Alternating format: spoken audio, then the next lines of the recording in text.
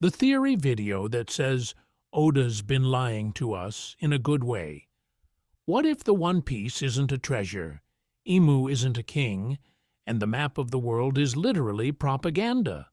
Like, not metaphorically, not, wow, the government lies, in a vague way. I mean the actual globe of One Piece is a fake product, a narrative PowerPoint the world government has been forcing on everyone for 800 years. Which is kind of a problem, because as far as core premises go, pirates looking for treasure on a big ocean is the one thing we all thought was safe.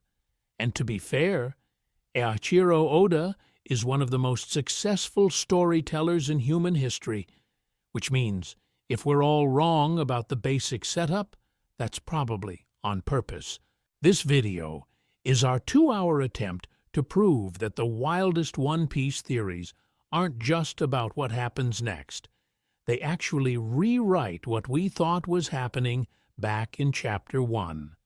Not in a Luffy was dead the whole time way, but in a Romance Dawn was already taking place on a broken, edited world way. People on the internet like to throw around crack theories, to which I say, look, I also have a corkboard and too much free time, but that's not what we're doing here. I want to emphasize that every idea we're going to push is nailed down with panels, SBS comments, fever cards, and Oda's favorite narrative trick, pretending something is a joke until it suddenly isn't. Remember when Rubber Sun God sounded like a meme? Yeah. So, here's the mission statement. Across the next 2 hours, we're going to walk through a set of obscure, high-signal theories built around 5 pillars that keep colliding with each other. Emu and the Empty Throne, the true nature of the One Piece, Nika and the Devil Fruit System, the D-Clan's inherited will, and the idea that the world map itself is fake, not just inaccurate, but weaponized cartography. Each one works on its own, but when you lock them together, the story starts to look like a single giant cover-up. Because as far as we can tell, once you accept these 5 pillars, you can re-explain almost everything. Suddenly, the world government's origin isn't, we beat the bad guys, but we broke the planet and then drew a new map. Roger's real goal stops being find the treasure and becomes understand the crime scene. Luffy's role in history shifts from happy accident to the final test of a very old, very specific plan involving Nika, D, and a world that wants to be One Piece again. Here's an interesting thing. When you start connecting the Calm Belt, the Great Cleansing, Lodestar's weird non-roll, and the way nobody questions a giant stone line cutting the ocean in half, you don't get a normal adventure map. You get a crime scene diagram, a deliberately broken world, with Sea Kings as living security cameras and the Grand Line as a scar. Some of this is going to sound insane. That's fine. So did the Goofy Rubber Kid is secretly the sun god of liberation 10 years ago. Our first stop is the Empty Throne itself, which might be the biggest lie in the series, and that lie only works if the entire world map is wrong. How to watch this without getting lost in the grand line of theories. So, how do you watch a video that basically tries to rearrange the entire One Piece timeline in your brain without getting completely lost in the grand line of theories? We need a log pose for ideas, because as far as information density goes, this is closer to a poneglyph than a chill reaction video. Here's the basic route. We're starting at the top. Emu, the Empty Throne, and the world government's founding myth. From there, we dive down into the core secret, the One Piece itself, what it is, what it does, and why Roger laughed instead of crying. After that, we shift into metaphysics, Nika, devil fruits, and the idea that these powers might be man-made wishes or records of gods. Then we zoom in on bloodline politics with the D-clan and inherited will. And finally, we pull all the way out to the literal shape of the planet, lodestar, laugh-tail, and the possibility that the official map is just a very pretty lie. Each stop is going to be treated as a self-contained what-if scenario. What if Imu is actually an ancient weapon? What if the One Piece can literally rewrite the seas? What if devil fruits are a catalog of extinct deities? We'll build each theory like its own little island. But I want to emphasize, we're also going to keep sailing back and forth between them, cross-referencing clues, so you can see how these separate islands might secretly form one massive continent-sized reinterpretation of the story. To keep this from turning into pure headcanon soup, we need an evidence standard. We're pulling from manga panels, databooks, SBS answers, recurring motifs, and Oda's very specific narrative habits. No anime-only filler, no movie-exclusive power-ups, no, my cousin's friend on Twitter said this feels right. If we say devil fruits are unnatural and have a specific origin, that's because Oda literally wrote that in an SBS. When we talk about the Kozuki clan linking poneglyphs and sea stone tech, that's on the page. And here's an interesting thing. We're not going to pretend there's only one correct version of any big mystery. With the One Piece, for example, we'll lay out multiple serious options: ancient ship, world reset device, Joy Boy's failed unification plan, and actually weigh them. Which one fits the clues? Which one breaks something important? People online love to claim this theory destroys all others, to which I say, calm down, you're not Imu. Pacing-wise, this is going to be fast and kind of dense. We're stacking ideas like Oda stacks subplots, so you'll hear quick recaps and signposts. Remember this when we talk about Lodestar later, or bookmark this Nika detail for the D-Clan section, because as far as retention goes, Oda loves planting seeds 500 chapters early and then acting like you should have obviously noticed. And to be fair, some of you might be thinking, theories don't matter. Oda will just do whatever he wants. Totally valid. The point here isn't to win a prediction game. It's to use theories as tools to reverse engineer the design of the story. Why does a goofy rubber kid become a sun god? Why does a cartoon skeleton with an afro maybe matter to cosmic history? We're allowed to laugh at how unhinged that sounds while still taking the structure seriously. So if you're willing to accept one simple premise, that the world government's founding story is fake, watch what happens. Imu, the D-Clan, devil fruits, even the shape of the ocean start lining up a little too well. Our next stop is that empty throne, and what it's hiding if the map itself is a lie. The empty throne lie, why Imu might be an ancient weapon in human form. So, let's walk up to the big symbolic monument of peace at the center of the world and immediately trip over it. The official story is very noble. The empty throne exists so that no single king ever rules the world. 20 kingdoms gave up their crowns. The Gorosei are just kindly administrators, and the whole thing is a balanced power-sharing system where nobody can unilaterally ruin everything. To which I say, sure, man, and the celestial dragons are relatable working-class heroes, because as far as we can actually see, that entire narrative collapses the second the camera goes backstage. We literally watch Imu sitting on that supposedly empty throne, the Gorosei kneeling like it's Sunday service, and then calmly signing Lulusia's death warrant. No debate, no vote, just erase that kingdom, and the sky itself fires a laser. Here's an interesting thing. That doesn't feel like a king giving an order. It feels like a user pressing a button. The theory we want to poke at is that Imu isn't just a secret monarch. Imu is directly tied to an ancient weapon. Pilot, core, human avatar, whatever term you like. In that reading, the empty throne isn't a metaphorical seat of shared power. It's literally a control chair for a planet-scale device that only activates when the right person is sitting there. Look at the Lulusia shot. The beam doesn't come from a ship. It comes from above the clouds. It's instantaneous. It doesn't just blow up some buildings.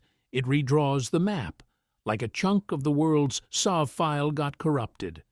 That lines up a little too well with the vaguest descriptions we have of Uranus, sky-based, civilization level, and way more about rewriting geography than just sinking a battleship. And to be fair, this actually solves a weird problem.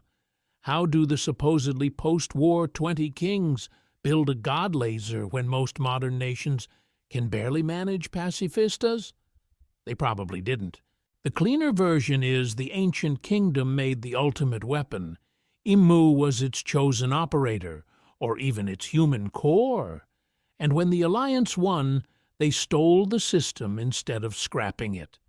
The world government isn't just built on a lie.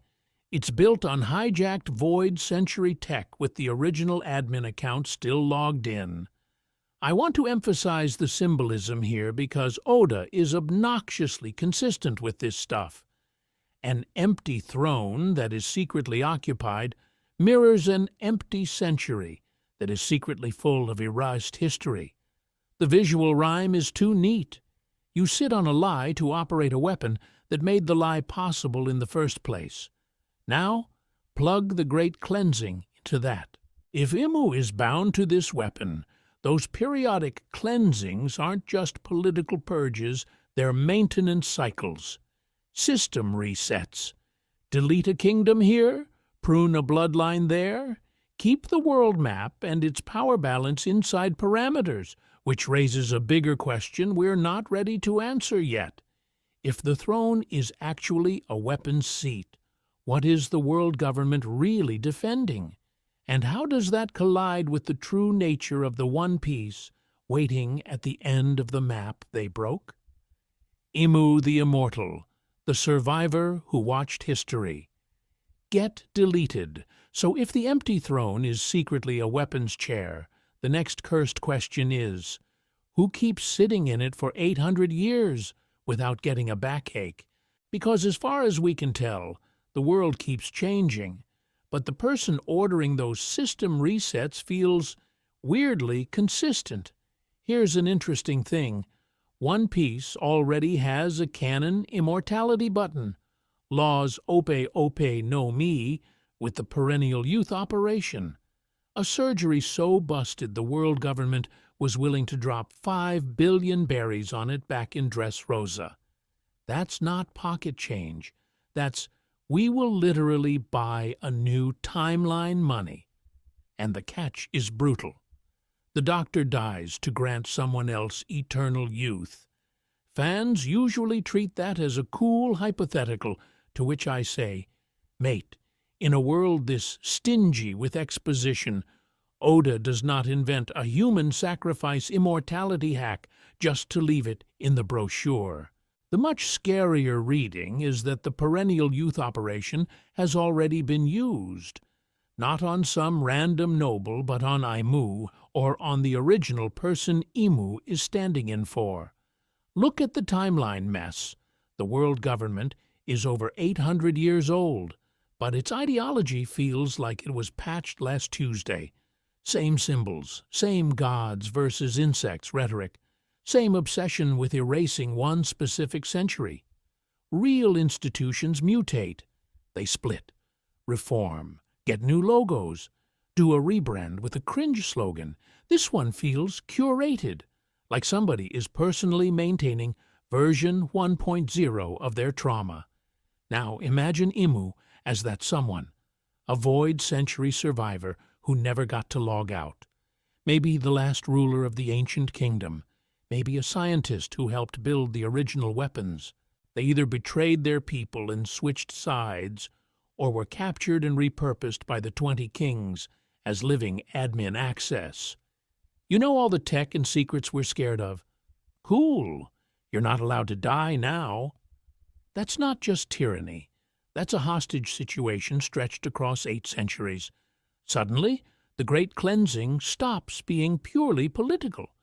It becomes an emotional pattern. Every time the world accidentally rhymes with the one Imu lost or betrayed, they nuke the rhyme. A kingdom starts chasing forbidden history. Delete. A bloodline echoes an old face. Prune. It's not strategic optimization.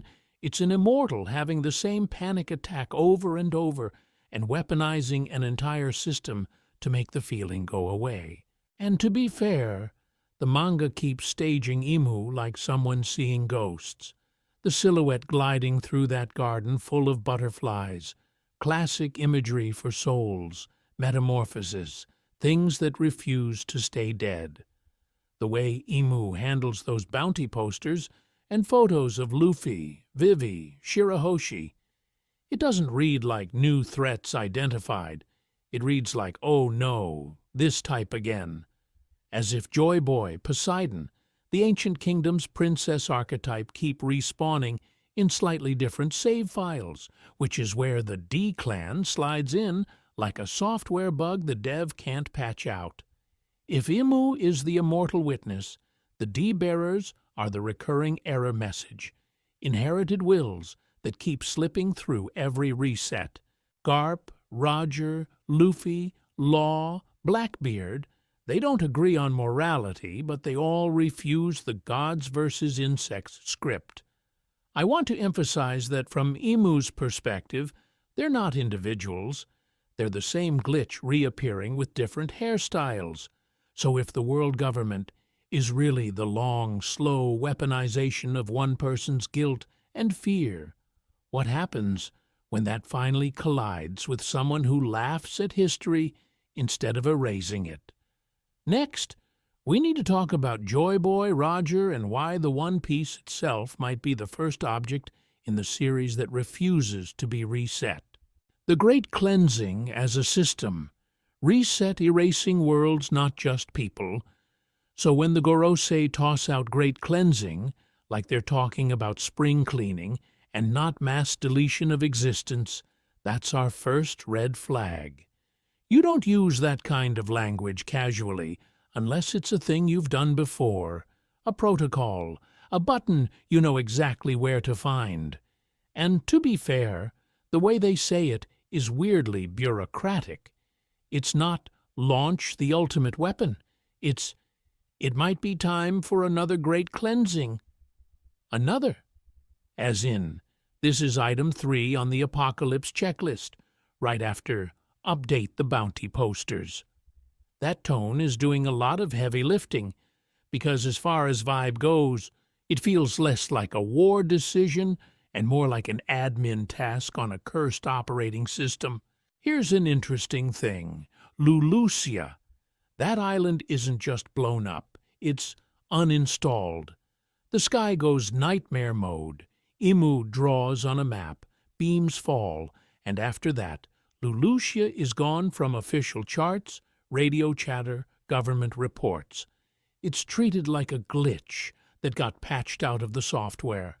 That parallels the Void Century, which wasn't just a bad era, it was an entire save file deleted from history. Different scale, same function. Remove the node. Rewrite the record. So the theory goes like this. The Great Cleansing is not a one-time purge. It's a recurring feature of some ancient world-scale device. Call it Uranus. Call it a related system. Call it Windows Void Century. Whatever it is, it doesn't just nuke people. It can literally rewrite segments of the planet. Islands, sea routes, maybe entire climate bands get toggled on and off. Once you think of it that way, the geography starts looking suspicious. The calm belt, those dead zones that conveniently cage the blues. The Grand Line's nonsense weather. The Red Line, as this single, obnoxious, world-spanning wall? What if earlier cleansings didn't just erase kingdoms? They carved channels, killed currents, or even helped form or reinforce the red line itself. The map stops being background art and becomes a user interface for a control system. And I want to emphasize, that would instantly explain the world government's obsession with maps, navigation, and censorship. If your biggest power is, we can edit the world, then cartography is a state secret. You clamp down on log poses, on alternative route knowledge, on any scientist who goes, "Hey, these currents don't make sense." Vegapunk pokes the code. Vegapunk gets deleted. Now plug Emu into that.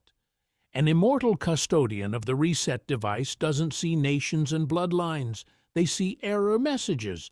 Rebellious islands, D-bearers, Nika myths, all look like bugs in the program to be patched out. Lulusia is just the latest hotfix.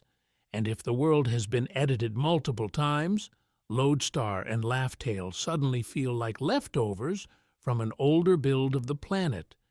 The final island and the weird broken route to reach it might be fragments the system couldn't fully overwrite.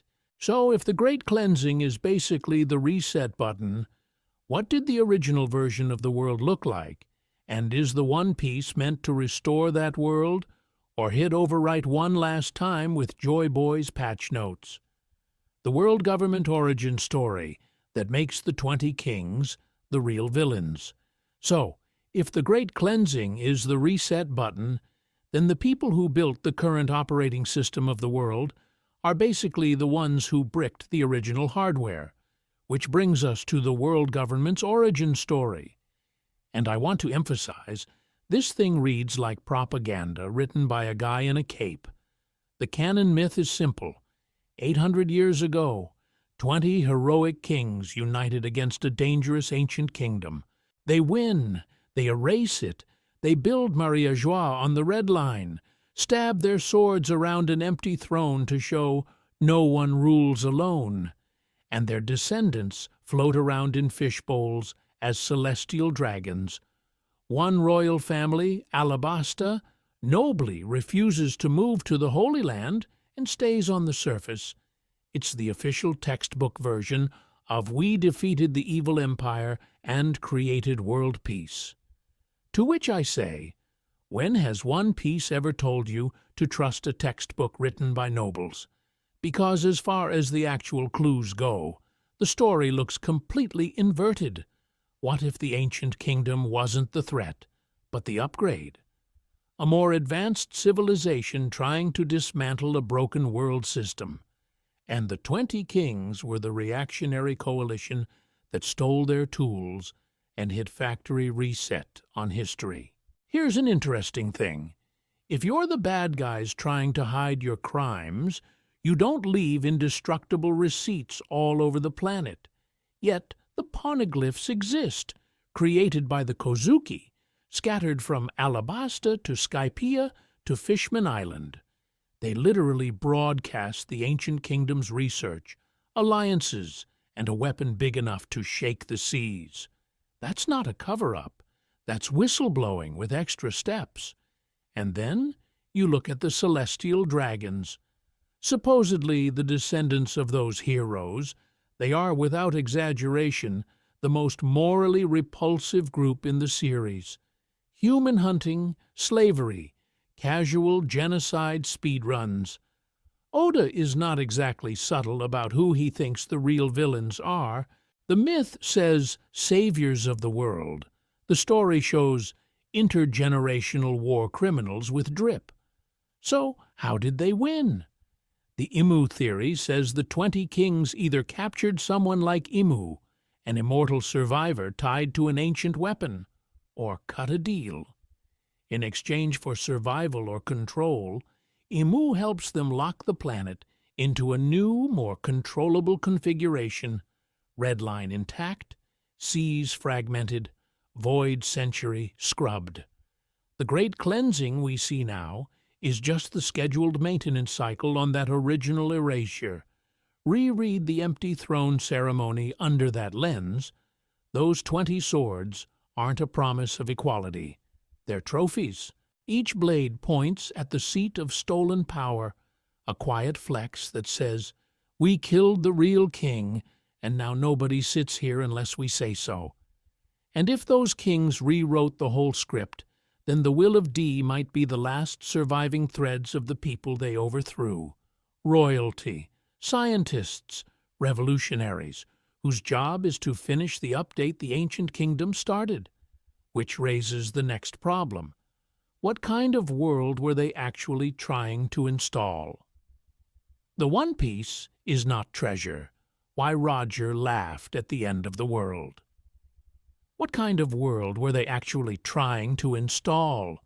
Because as far as the story is concerned, the answer is sitting on one island with the dumbest name in fiction. Laugh Tale.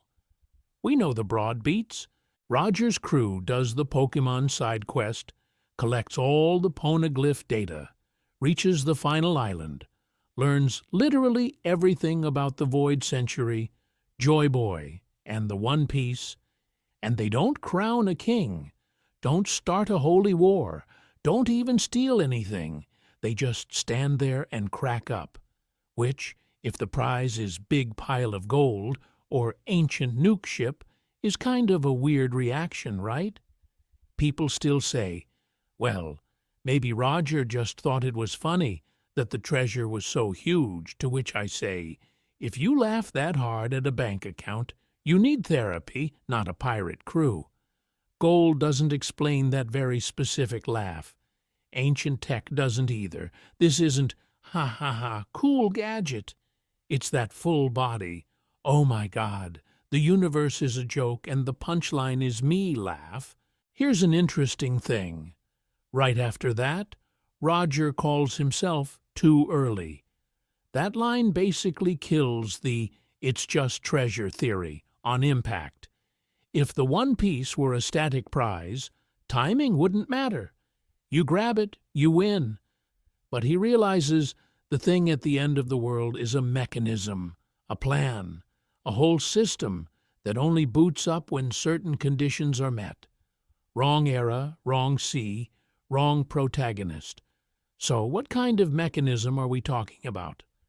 The obvious fan favorite is the break the world switch, something that destroys or transforms the red line, and maybe the calm belt with it. Imagine a device that fuses the seas back into one ocean, erases the Grand Line scar, and reverts the planet to whatever it looked like before the Great Cleansing. That's not treasure. That's a planetary reset button with a sense of drama. Or it's even pettier and funnier. Maybe Joy Boy designed a counter-reset that only works when the world hits a critical mass of rebellion, or when a specific fruit awakens, or when a certain bloodline and a certain will converge. Roger gets there, reads the manual, and realizes the universe literally shipped him the wrong patch notes. He has the map, the knowledge, the ship, and the OS says, "Come back next update." And to be fair, if you've spent your entire life chasing freedom, only to discover the world is a rigged game board that can be unrigged, but only under conditions you just barely missed, you either cry or you laugh. Roger chose laugh. That's why it's Laugh Tale, the tale of a world so absurdly broken that once you finally see how the pieces fit, sanity and hysterics are the same reaction. Now plug Imu and the Great Cleansing into that. If the world government periodically resets history, wipes islands, prunes bloodlines, then the One Piece starts looking like Joy Boy's permanent counter-reset. Not a bomb, but a jailbreak. Use it right, and you don't just topple the throne. You delete the whole cycle that lets Imu sit there in the dark forever. I want to emphasize, that's why Roger walks away smiling instead of starting the final war. He knows the plan. He knows he's the wrong trigger, and he bets everything on someone later. which raises the last, very annoying question. Why is that someone Luffy? To answer that, we have to talk about Nika, devil fruits, and the idea that these powers are literally humanity's wishes made real. Joy Boy's failed patch notes, a plan to rewrite the seas. So let's take that annoying question and make it worse. What if Luffy's not just inheriting a hat, he's inheriting a failed world update? Because, as far as big cosmic screw-ups go, Joy Boy might be the guy who tried to patch the planet and bricked it instead. Here's what we actually know. Joy Boy leaves an apology to Fishman Island, specifically tied to the Noah, a gigantic ark parked under the sea like a half-downloaded file. He promises to bring them to the surface one day. There's a prophecy about a promised day when the world will change, and the Sea Kings themselves are out here saying, yeah, we're waiting for that kid to show up. That's not just lore flavor text. That's a scheduled event. So the theory goes, Joy Boy's original plan wasn't be nice to fish people. Nah, it was a massive environmental patch. We're talking red line delete button.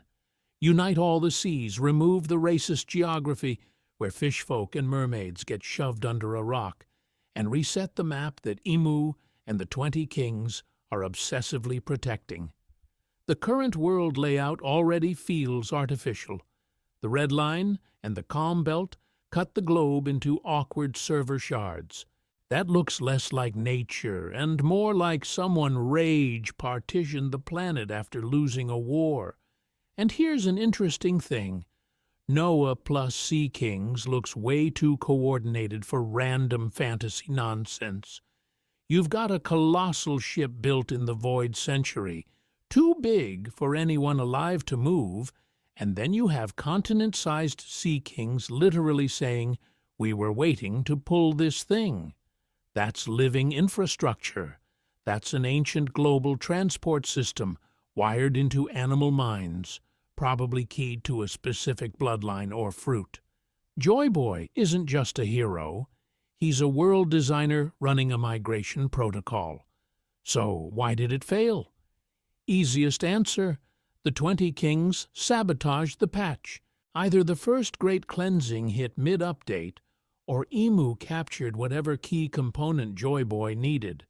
An ancient weapon, a bloodline like Poseidon, or the exact fruit that would later get renamed the Hito Hito no Mi model, Nika. And to be fair, if your whole plan relies on one goofy rubber god not getting eaten by a random celestial dragon, that's a fragile system. That's where the One Piece comes in. Not gold, but the control key, the missing executable, or the final trigger for the world rewrite. Roger gets to Laugh Tale, reads the logs, realizes, oh, we're all living inside Joy Boy's unfinished software update, and just laughs. It's hilarious and horrifying. 800 years of history are people role-playing in a bugged beta build. Suddenly, Fishman Island's prophecy flips. Luffy destroying the island might not be a tragedy. It might be the controlled demolition required to remove that underwater crutch once the seas are united and the red line is gone. The island isn't collateral damage, it's a launch platform. I want to emphasize, for that patch to finally install, you don't just need a key, you need a power that can bend reality to human imagination. A power that literally comes from people's wishes, which is where devil fruits, and especially Nika, stop being goofy powers and start looking like the planet's mod tools. Devil fruits as wishes, the world. Where imagination becomes a bug. So let's talk about the part of One Piece that secretly turns the series into a sci-fi horror story. The fruit system that lets you install mods on your own body. On the surface, devil fruits are simple. You eat a weird pineapple, you get a power, you can't swim, and when you die, that power just kind of respawns into the nearest piece of produce like it's on cooldown. Canonically, we're told almost nothing about where they come from, which is wild for a series that will explain how a random bridge was built 700 years ago. Oda's only hard statement is that devil fruits are unnatural and have a specific origin he hasn't revealed yet. Fans usually stop there and go, "Mysterious magic tree, I guess." To which I say, "Mate, you're a mysterious magic tree because, as far as narrative setups go, this is screaming man-made system at us. The reincarnation, the categories, the rules about duplication and awakening, it all behaves less like biology and more like software. Here's an interesting thing. When you line up the fruits, they read like a wish list. Logias are, I want to be an element. Paramecias are, I want to break a rule of reality. Zoans are, I want to become something else.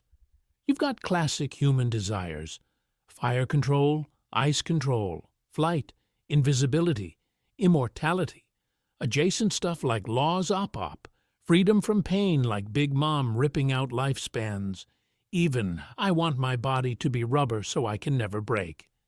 These aren't random mutations, they're archetypal fantasies. And to be fair, the story keeps nudging us toward intent. The Gorosei talk about Luffy's fruit, evading them for centuries, as if the thing is actively juking around their attempts to control it. Zoans are said to have wills of their own, the Hito Hito no Mi. Nika isn't just a buff, it's literally a sun god program that turns Luffy into a walking cartoon deity whose power is imagination. That's not just a power, that's a design document. So, the theory goes like this. In or before the Void Century, the ancient kingdom built a system that could encode ideas directly into the world's underlying code. Devil fruits are the user interface. You define a concept, human lightning, animal Buddha, freedom from gravity, and the system spits out a fruit that installs that concept into a host. The Great Cleansing, the founding of the world government, all of that is them trying to brick-wall this reality editor after it almost broke the planet. If that's true, the world government's paranoia suddenly looks rational. A world where any random kid can roll the rewrite physics gotcha is completely incompatible with centralized control. Of course, they obsess over bloodlines that interface well with the system. Of course, they track specific fruits, like the Op and Nika, like their nuclear launch codes. Joy Boy's project then stops being fun pirate era and becomes open-source godhood. Devil fruits as democratized divinity. Anyone can access a tiny shard of the original world-shaping power. The tragedy is that the system got hijacked, throttled, and wrapped in propaganda about unnatural devils to scare people off. Which brings us back to Luffy.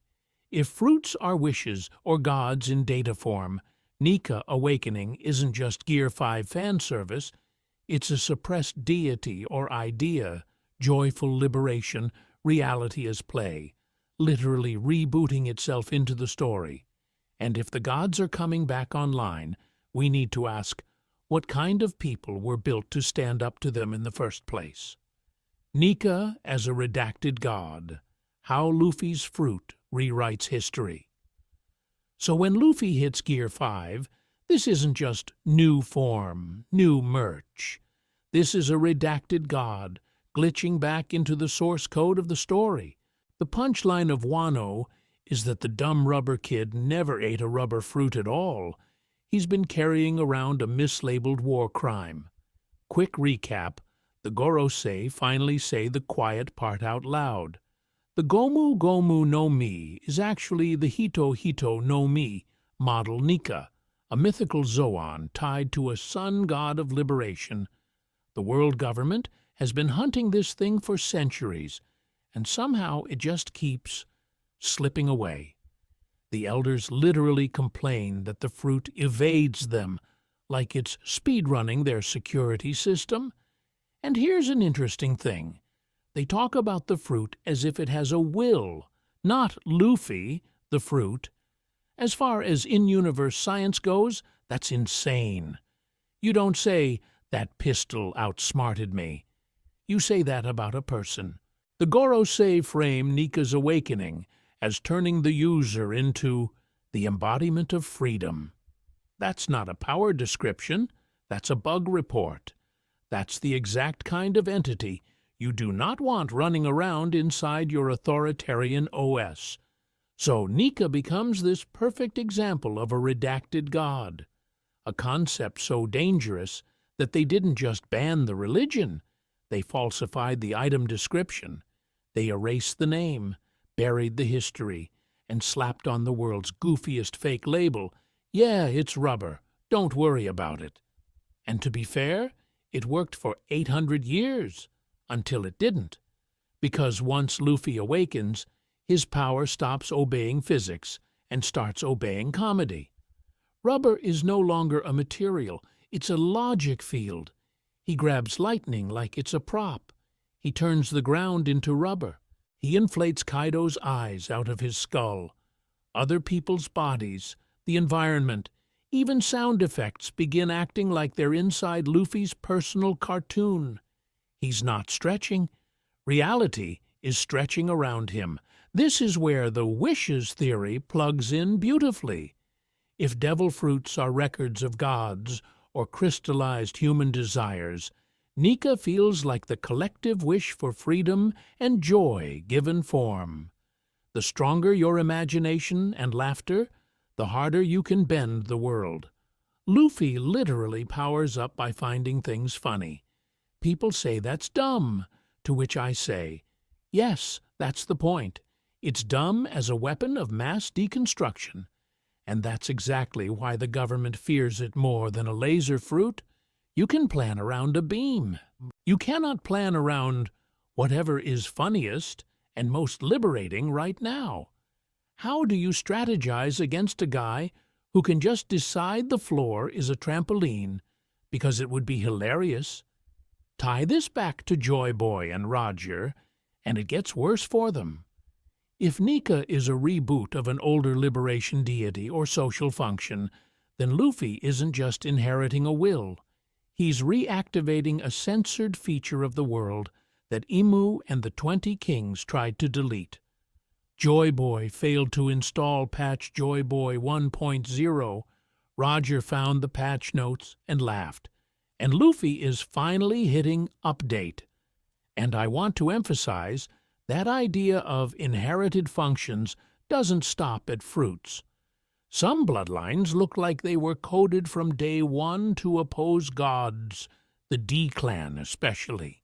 So what if their smiles, their deaths, and their weird middle initial are not quirks at all, but hardwired kill switches aimed straight at beings like Imu? The D-clan as natural enemies of gods, hard-coded rebels in the system. If devil fruits are like software, then the D-clan are the bugs Oda refused to fix. Or, more accurately, the bugs the original devs snuck in as a failsafe. Because, as far as the story is concerned, every time history needs to get punched in the face, some weirdo with a D in their name just spawns. Look at the roster. Luffy, obviously, whose entire personality is a hate crime against hierarchy. Garp, the Marine who refuses promotion and literally throws cannonballs at celestial dragons. Dragon, the world's most wanted anarchist dad. Roger, who kick-started the great pirate era by weaponizing his own execution.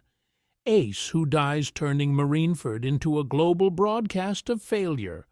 Law, who surgically dismantles systems from inside. Jaguar D. Saul, defecting from the O'Hara Buster Call. And Teach, Blackbeard, who is basically a walking patch note exploit. Different goals, same pattern. Defy authority. Show up at key historical moments and leave the status quo in a smoking mess. We're told They're the natural enemies of gods. People treat that as metaphor, to which I say, why? This series literally has sun gods, fishman prophecies, and a guy sitting on an empty throne that is very much not empty. What if natural enemy is a design spec? As in, this bloodline is structurally opposed to beings like Emu and the celestial dragons, the way antivirus software is structurally opposed to malware. Two big possibilities. One, the D are remnants of the ancient kingdom's royal or scientific class, people who were built or selected as stewards of the world's original configuration. They remember, in their bones if not their brains, how the world is supposed to look. Two, they're a later patch. After the world got rewritten, someone engineered a bloodline that resists control. No celestial dragon chips, no mental overwrite, just hard-coded rebellion. And, to be fair, that would explain why even a good Marine like Garp keeps accidentally sabotaging the world government's PR. Here's an interesting thing. DS have insane survival and influence. Luffy should have died 100 times. Law outlives Flavance, Rosinante, and Doflamingo's entire clown car of trauma. Blackbeard tanks things that should delete people. These characters keep drifting to fault lines in history. O'Hara, God Valley, Marineford, Dressrosa, Egghead, as if the system itself is dragging its own kill switches toward weak points. Then you have Blackbeard as the corrupted D.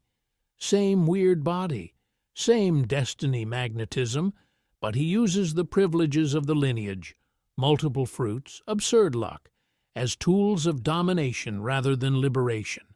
It's like someone jailbroke the failsafe and installed ransomware. Law's Opa Ope no Mi is where this gets terrifying. If the immortality operation has ever been used to maintain a godlike ruler, say, an Immu who's been quietly updated for 800 years, then a D user holding that fruit is not just dangerous, it's an existential threat to the root account. And that initial, I want to emphasize, it might not be a letter at all. A half moon, a missing slice, an incomplete circle. The world is wrong, Joy Boy's plan is unfinished, and the D are the missing piece that makes the circle whole again. Which raises one last question. If these people are hard-coded rebels, what exactly are they rebelling against? Because if the failsafe is this extreme, the map it's aimed at, the red line, the grand line, the very shape of the planet, might be the biggest lie in one piece. So let's talk about the possibility that the world map itself is fake. Garp, Dragon, and Law. When the system's enemies work for the system. So if the map is a lie, we have to ask, who keeps pretending it's real? And this is where the D clan gets really petty and really interesting, because some of the loudest natural enemies of gods are literally on the payroll of those same gods. Take Garp.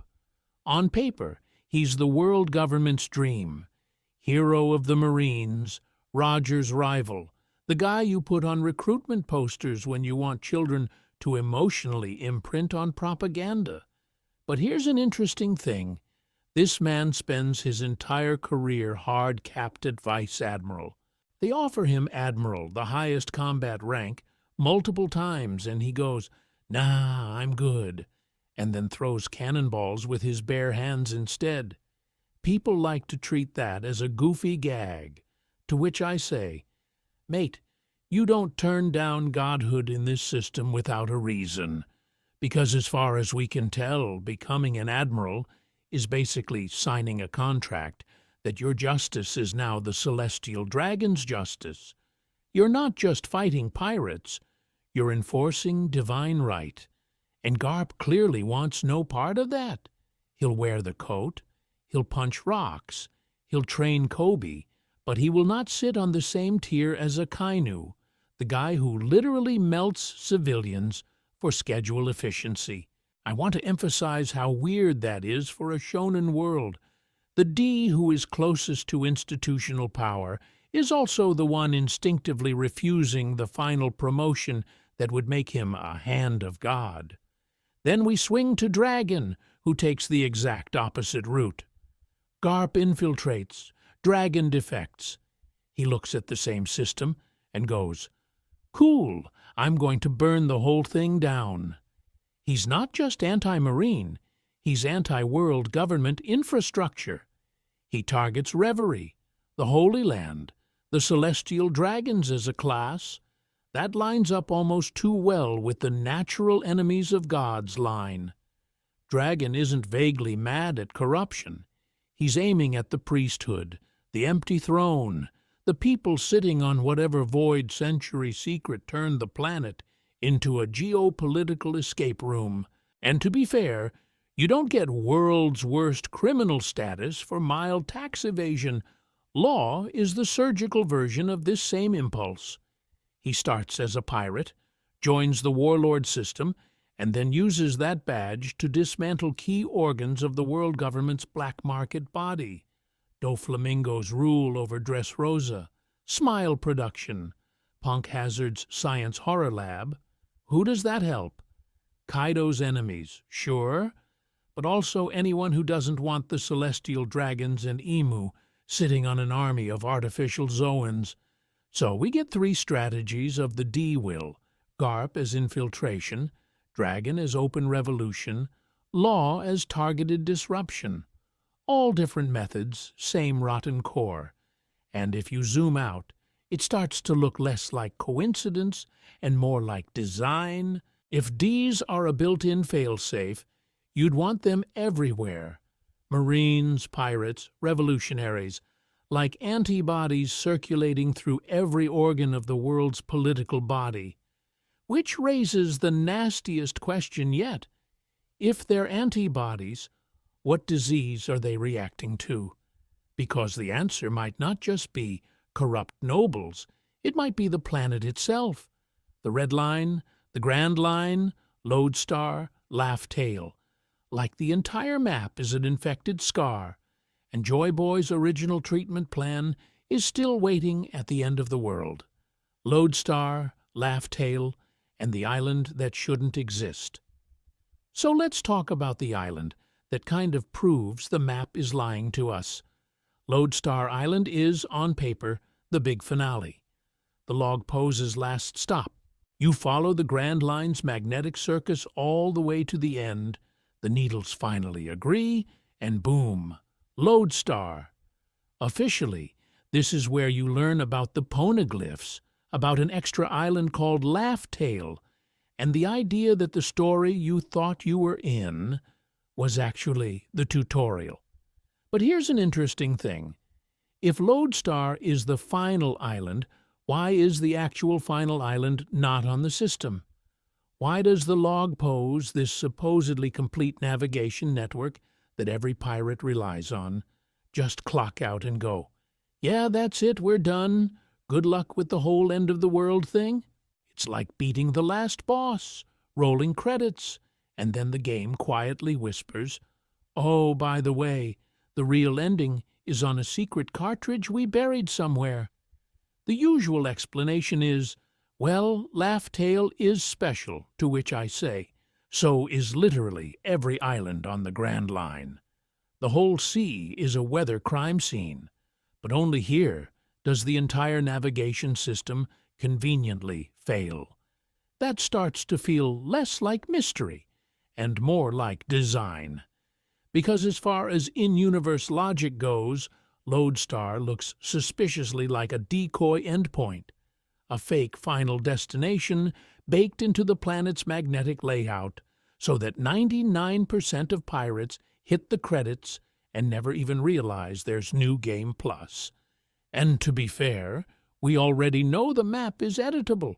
Lulusia doesn't just get bombed, it gets erased. Not ruins remain, not dangerous zone, just gone from the globe, like the world's SOV file was manually overwritten.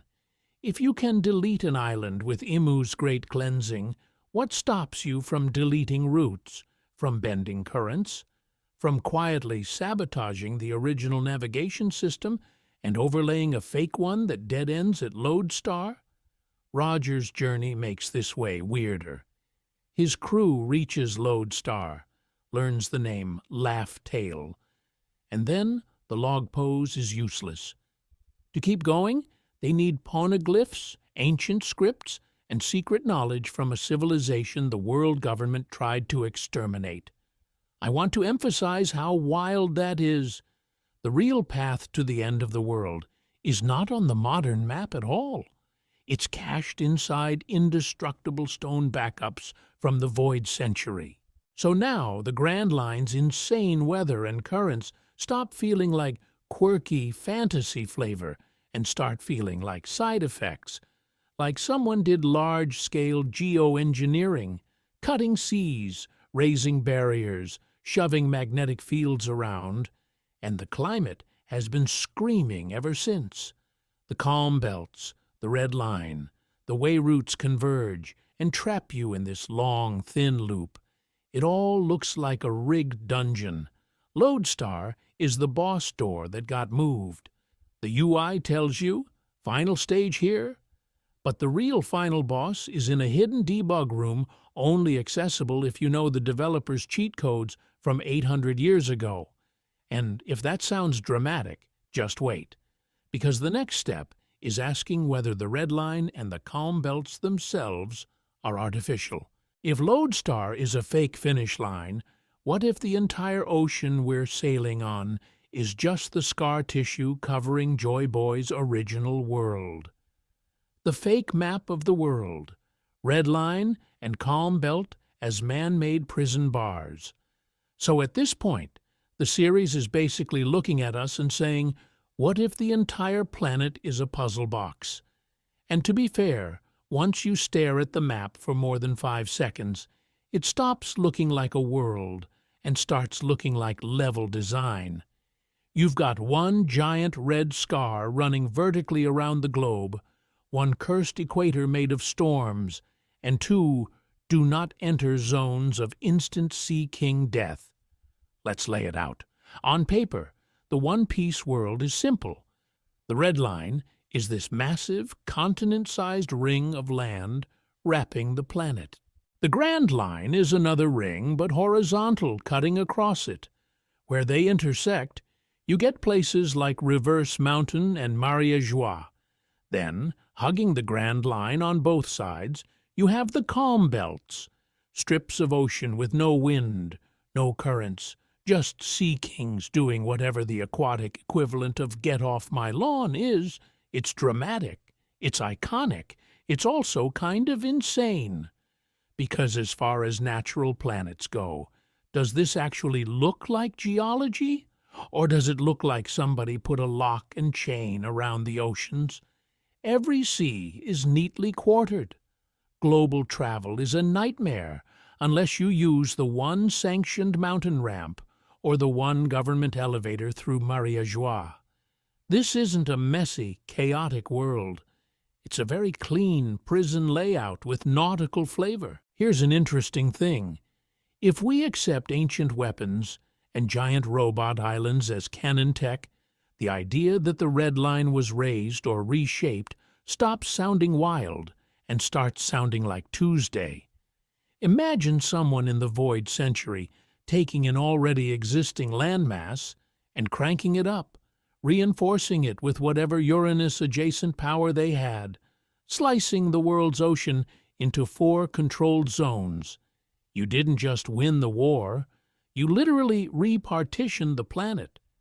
Then the calm belts start looking less like quirky weather and more like engineered dead zones. No wind, no currents, perfect for isolating the Grand Line. Either the Sea Kings are being attracted there by some ancient system, or, darker option, they were herded there as living sea mines.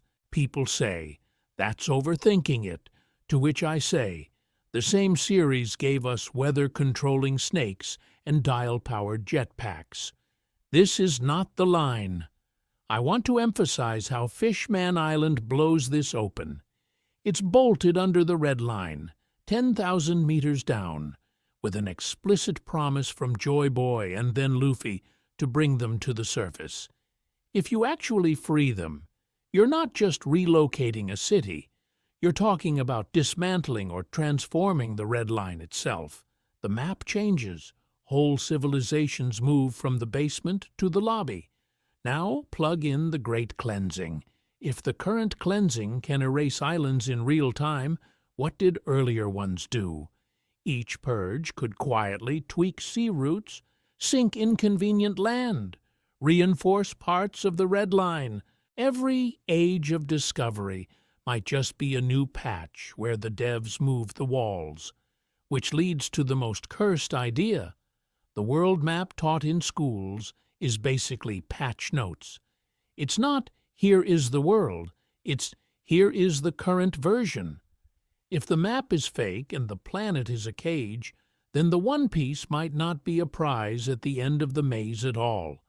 It might be the key that deletes the maze entirely and forces everyone to remember what the original world looked like. Putting it all together. A world built on a lie, waiting to be rebooted. So if the map is a cage and the maze is fake, what does that make the person holding the maze key? Because as far as this reading goes, that's Imu. Not just a spooky silhouette on the empty throne, but either an immortal custodian of the ancient weapon system, or the weapon itself wearing a little crown cosplay. Here's an interesting thing. Once you accept that, all the other pillars we've thrown at you stop being separate crack theories and start clicking into one very cursed flowchart. The 20 Kings don't just win a war, they hijack a planet-scale operating system. They grab the ancient tech, they grab an immortal witness/avatar in Imu, and then they start running periodic great cleansings as full system resets. Wipe islands, wipe bloodlines, wipe inconvenient save files called countries, the fake world map, and the lodestar/laugh-tail bait and switch. That's just UI design. You build a navigation system that literally cannot show players the original world. You hide the true configuration of the seas behind redline walls and calm belt firewalls. Then you teach every kid in school that this broken version is normal. The Grand Line stops being a road and becomes a scar. Meanwhile, devil fruits become bug reports and feature requests embedded in reality. Oda has said they're unnatural with a specific origin, to which I say, of course they are. They're basically wish-coded powers or God records.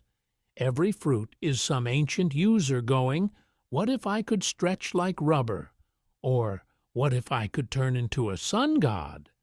And the system going, cool, but that's going to cause problems later. The D-Clan are the hard-coded rebels who keep causing those problems.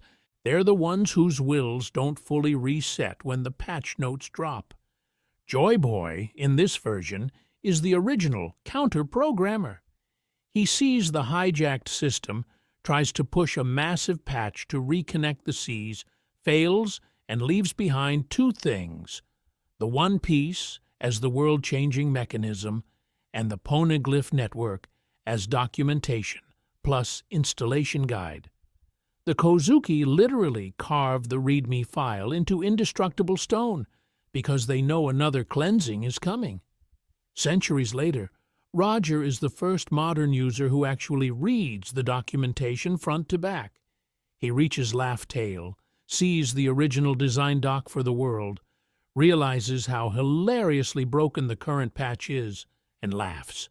Not because it's a joke treasure, but because the whole system is a mess.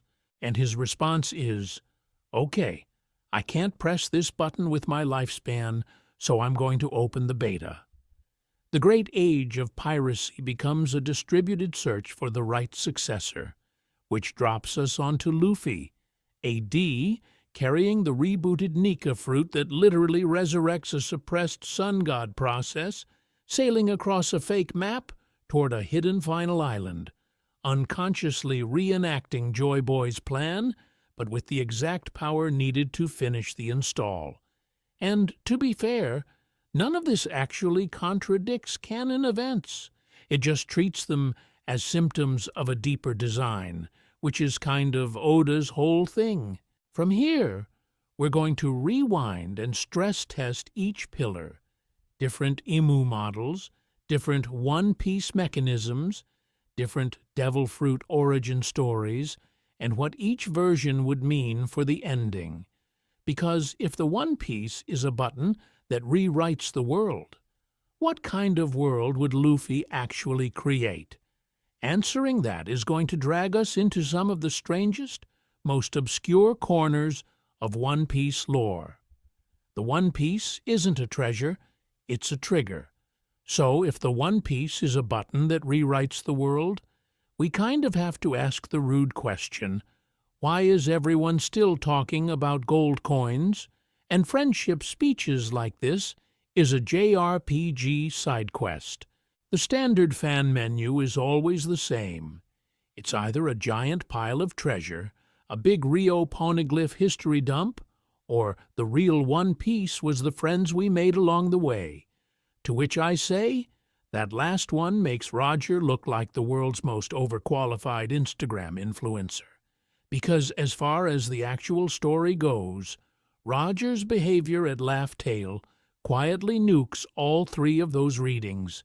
If it were just treasure, why not take it? He literally had the strongest crew on the planet, a ship, and zero shame about stealing things. If it were just information, why not leak it? This man was terminally ill, not under NDA. And if it were just a metaphor, why does the world government treat the very idea of Laugh Tale like a nuclear taboo instead of, a self-help book? Here's an interesting thing.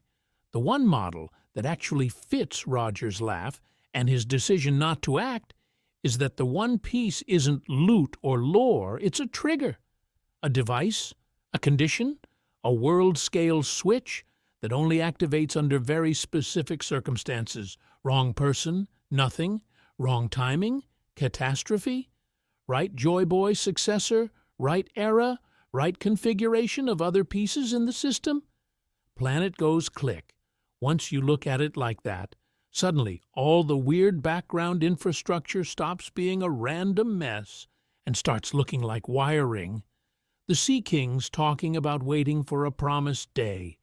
Noah, the gigantic ship under Fishman Island, explicitly tied to Joy Boy and moving the fishmen. The ancient weapons that can control the seas, erase islands, or communicate across the world. Even the tides and the Red Line itself.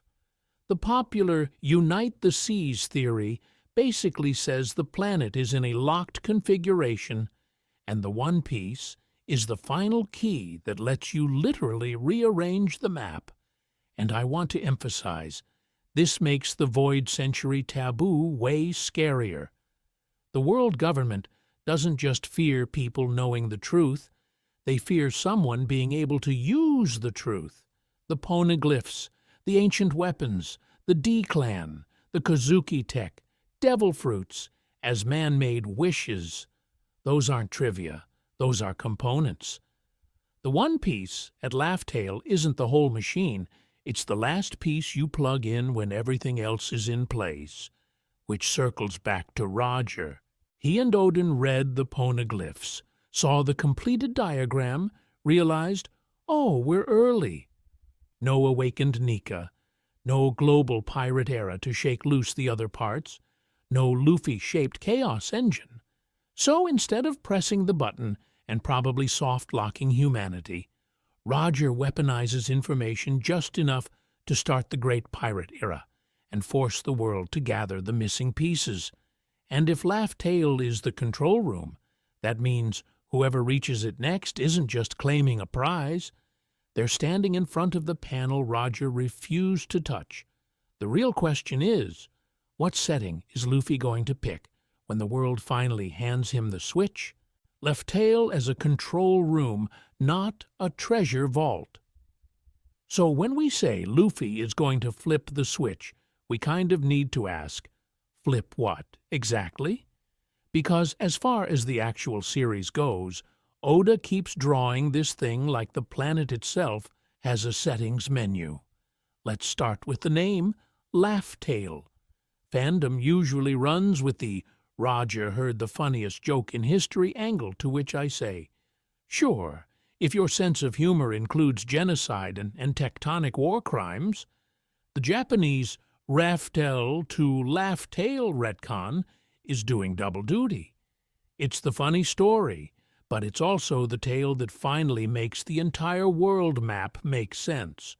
You don't laugh because someone told a knock-knock joke. You laugh because you realize the continents, currents, and even people's beliefs are literally misconfigured on purpose, and you've been sailing inside a rigged puzzle box. Here's an interesting thing. Look at where Laugh Tale should be. End of the Grand Line, where currents, magnetic fields, and sea kings all start acting like they're on a shared Discord server. The control room theory says Laugh Tale sits at the convergence point of all of that and houses either the main terminal or the last missing component of a planetary-scale device the ancient kingdom built. Not a cave with a chest, a UI, a dashboard for the planet. The One Piece world is full of weird environmental set pieces, and we usually treat them as isolated gimmicks. But what if they're just the exposed wiring of that same system? Fishman Island is the obvious example. Noah, the whale tree, the sea kings that can hear and respond to a specific voice. That's not mythology. That's an admin channel. Then Eni's Lobby, Permanent Day, a bottomless waterfall into what looks suspiciously like a world-sized drain. The Knock-Up Stream, a pressure release valve that yeets islands into the sky on a schedule. These aren't random. They feel like side effects of someone trying to duct tape a shattered planet into a livable configuration and accidentally leaving the dev tools turned on. And to be fair, Oda has basically told us the infrastructure is ancient. Poneglyphs made by the Kozuki, sea stone tech repurposed by the world government, devil fruits explicitly unnatural with a specific origin he's hiding. I want to emphasize how much this all sounds like legacy code from the Void Century being used by people who never read the documentation. So, the road poneglyphs? Those stop being a map to treasure and start looking like authentication tokens. 4 separate shards of a password system that says, only a crew who can navigate impossible seas, ally with multiple persecuted races, and decode forbidden history is allowed to even see the login screen. It's not just about location. It's about proving your will and your network are compatible with the machine you're about to touch. Which leads to the scary part. If Laugh Tale is a control room, then the One Piece itself might be the protocol, the final command that reverts the planet to its pre-Red Line configuration. And suddenly, the world government's paranoia stops feeling cartoonish, right? If Imu is sitting on a throne built on a bugged world, what happens when someone finally hits Restore Default Settings and the system actually obeys? The planetary reset, Joy Boy's failed button press. So if Laugh Tale is the control room, the next uncomfortable question is, what was Joy Boy actually trying to do with it? And why did it go so catastrophically wrong the first time? Because as far as the text goes, Joy Boy isn't just ancient funny Luffy. He's the guy who wrote a massive apology letter because he scuffed the world's biggest mission. We know the greatest hits of his failure reel. There's the apology poneglyph to Fishman Island, the broken promise tied to Noah, and the repeated line that fishmen were supposed to go to the surface. People treat that like he missed a bus schedule. Oops, couldn't give you a ride. To which I say, mate, you don't build a continent-sized ark for Uber Pool. You build Noah if the plan is the entire environment of the planet is about to change, and we need a transitional safety raft while the system reboots. The promise sounds less like tourism and more like the world will be changed so you can live there. Here's an interesting thing. Once you accept that, the red line and calm belts stop being fun map decorations and start looking like bugged code. The planetary reset idea says Joy Boy and the Ancient Kingdom designed a literal world editing system. Remove or shatter the red line, kill the calm belts, unify the seas, and end this artificial segregation of peoples and resources that the post-Void Century winners locked in. The Grand Line stops being quirky adventure route and becomes a scar left by a half-executed patch. And the Sea Kings have been sitting on this patch notes document for 800 years. Their prophecy about 2 sovereigns and the promised time? That reads like a user manual.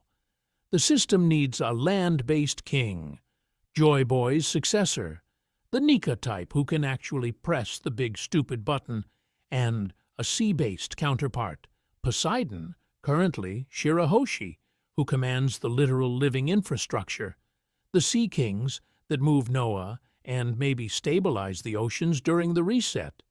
One without the other is just a soft lock. So why did Joy Boy fail? Take your pick.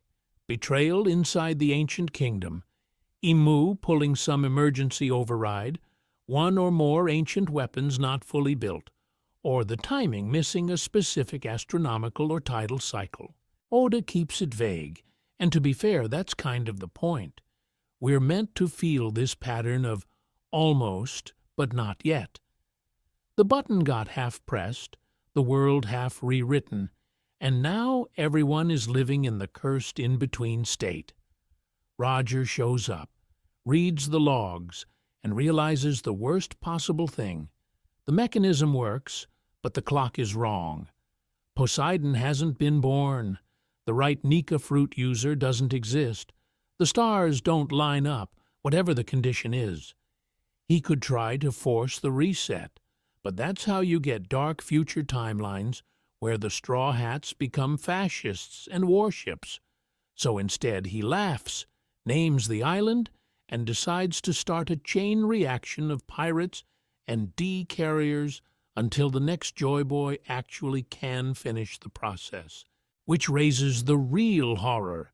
If Luffy is arriving at the correct time, what does a successful planetary reset actually look like? And who gets erased when the world finally updates? Why the world map is a lie and the red line is the evidence. So if planetary reset is on the table, we kind of have to talk about the ugliest possibility. What if the entire world map is already a post-apocalypse patch job? Like, One Piece might be less grand adventure on the sea and more, you've been sailing inside a broken lock screen this whole time. Because as far as fantasy worlds go, the One Piece planet is a structural mess. One single blood-red continent that wraps the entire globe. One single insane weather strip called the Grand Line. 2 perfectly placed calm belts that are, for some reason, the only places on Earth where the ocean collectively decides to chill, while spawning skyscraper-sized Sea Kings. People will say, it's just Oda being wacky, to which I say, sure, but Reverse Mountain literally vomits 4 oceans uphill into a central crossroads. That's not wacky, that's a physics crime. Here's an interesting thing. Almost every major geographic anomaly sits right on or under the red line. Eni's Lobby has a bottomless waterfall into nothing, like someone took an eraser tool to the crust. Fishman Island is parked directly beneath Marie Joie, as if the world government is physically sitting on top of the old migration route between seas. Reverse Mountain is the only place where you can move from one blue to the Grand Line without getting Sea King deleted. I want to emphasize how artificial that feels. It's not random islands. It's a controlled funnel system. So, the theory goes, the Red Line isn't a natural tectonic feature at all. It's a constructed, or at least heavily modified, barrier raised after the Void Century using ancient weapons or similar tech. Uranus as orbital terraforming, Pluton as continental-level artillery, Poseidon as Sea King traffic control. Suddenly, that giant ring looks less like a continent and more like a scar tissue wall someone stapled around the planet. And to be fair, the navigation system basically screams manual override. Log poses don't point north. They lock onto island-specific magnetic fields that reset in bizarre sequences as if the planet's magnetism was scrambled on purpose.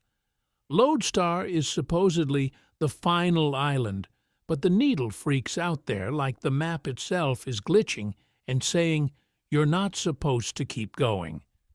That's not how a normal planet behaves. That's how a redacted document behaves. Who benefits from this? The world government, obviously. If every sea is chopped up by a wall and wrapped in killer belts, then travel, trade, and information become luxury goods. Your average villager can't even imagine another ocean, let alone coordinate with it. Revolutions stay local. The distant seas feel mythic, not reachable. It's a political firewall with sea kings as antivirus, which loops us back to the One Piece itself. If the Red Line and calm belts are artificial, then Roger didn't just find a treasure, he found the off switch. The trigger Joy Boy failed to pull might literally be a mechanism that tears down the wall, calms the belts, and redraws the map overnight. So, the real final arc question becomes, what happens to a world order when you delete its borders in a single day? And who's already preparing for that patch to deploy? Lodestar Island, the final checkpoint of the fake world. Because if the calm belts are the firewall, then Lodestar Island is the fake you win screen. The Grand Line literally pops up a big shiny button that says, "Congratulations, you've reached the end of the world." And every pirate goes, "Wow, credits rolled, guess that's it." To which I say, if you hit the end of the map and the story keeps going, you did not hit the end of the map. Here's an interesting thing about Lodestar that the series kind of just drops on us and walks away from. Officially, this is the last island of the Grand Line. Your log pose has been committing to the bit for hundreds of chapters, faithfully locking onto each island's magnetic field like a good little GPS, and all of those routes finally converge on Lodestar. This is the spot where, historically, everyone believed the One Piece, the edge of the world, the big cosmic answer, would be waiting. And to be fair, that's a pretty tight system on paper. You have a brutal ocean, a weird magnet-based navigation mechanic, and then one final convergence point. It feels clean, it feels designed, because as far as the world government is concerned, that's exactly what it is. The neat, closed-loop version of reality they want ambitious idiots with boats to live in. Then Roger shows up and completely breaks the UX. They reach Lodestar, they clear the Grand Line, and instead of a treasure chest, they get lore patch notes. The road poneglyphs exist, the journey is not over, and the so-called end is just the end of the world government-approved story. I want to emphasize how wild that is. The only way to go further is not a stronger log pose, not a secret marine chart, but giant, indestructible stone blocks from a banned century that you're legally not allowed to read. At that point, you have to ask, why does the official route dead end at Lodestar? If the Grand Line is a natural mess, That's just unfortunate geography, but if the red line and calm belts are artificial, Lodestar starts looking less like a random island and more like the final checkpoint in a curated obstacle course. It's the place where the system expects even the craziest pirates to stall out. You made it through the gauntlet, congrats! Now spend the rest of your life circling this rock and arguing about what One Piece really means. And the road poneglyphs, that's the back door. The ancient kingdom basically left a hidden navigation protocol baked into the planet, one that completely ignores the legal topology. Follow stone, not magnet. Follow banned history, not the government's map. If that's true, Laugh Tale doesn't just sit at the end of the Grand Line. It sits outside the fake world entirely. Which raises a very uncomfortable question for Imu and friends. What happens when someone reaches the part of the map you've been pretending does not exist, and finds out who else is already waiting there? Road poneglyphs as root passwords to the planet. Because what if the thing you unlock at that part of the map isn't an island at all, but the planet's settings menu? We talk about road poneglyphs like they're just 4 red GPS coordinates. Cute scavenger hunt, go to Lodestar, realize you're stuck, collect the shiny rocks, profit. To which I say, that is the most boring possible use of the most over-engineered stone tablets in the story. These things read way more like fragments of a multi-factor authentication system than a pirate Google Maps. Here's an interesting thing. Look at where they are. Zoo, literally walking around on the back of a cursed ancient elephant that the world government can't even find on a map. Whole Cake Island, in the territory of a Yonko who openly told the government to stay out of her candy jar. Wano, a closed-border samurai nation that kicked out the government so hard they had to outsource CP agents to Orochi. And then the missing one, implied to have been moved, stolen, or buried by someone with the power and motive to hide from Imu. These are not random drops. These are all locations that either resisted or sit outside direct government control. Because, as far as the ancient kingdom is concerned, if you're going to store your world-ending admin keys, you don't leave them in Marie-Joie under the giant straw hat. You embed them inside communities that already specialize in saying no to global authority. And I want to emphasize how wild the medium is. The Kozuki clan carved this stuff into indestructible stone. That's not aesthetic. That's threat modeling. The government can burn Ohara, rewrite textbooks, erase islands from maps, and literally vaporize kingdoms with a phone call. The only way to preserve the root password is to engrave it into something they can't destroy, then scatter it into a social network of cultures that don't listen to them anyway. Now plug that into the trigger theory from earlier. Imagine Laugh Tale, or whatever sits under it, as a locked operating system. You don't just sail there and press a big red button labeled World Reset. The planet's core system probably won't even respond unless you present all 4 road readings in the right configuration, like entering a master code before you're allowed to execute the planetary reset command. No full syntax, no response. The sea just stays broken, which is where Robin stops being the historian and starts being terrifying. She's literally the only known person who can reconstruct the command syntax for the planet. Not just read the coordinates, but understand how the road poneglyph phrases interact with the Rio poneglyph, with ancient weapon names, with whatever Joy Boy hard-coded into the Void Century. And to be fair, if you're the world government, and one woman can type pseudo on reality itself, you do kind of panic. So if Robin is the only admin user left, what does that make Iemu? the root owner, or something much weirder that the system was built to lock away? Devil fruits as man-made wishes, and why that terrifies gods. So if Robin might be the only admin, the scary follow-up is this. What if devil fruits are the user interface? Not nature, not random magic trees, but a literal app store for reality that somebody pushed live 800 years ago and then got executed for. Vegapunk basically tells us this without saying the quiet part out loud. On Egghead, he says devil fruits are born from the desires of humans, people wishing for different bodies, different powers, different ways of being. Fans tried to cope with, "Oh, that's just poetic," to which I say, "Mate, this is the same guy who reverse-engineered a dragon and a weather machine. He's not doing slam poetry. If he's calling them unnatural and saying their origin is deliberate, we should probably take that as a giant red warning pop-up. Here's an interesting thing.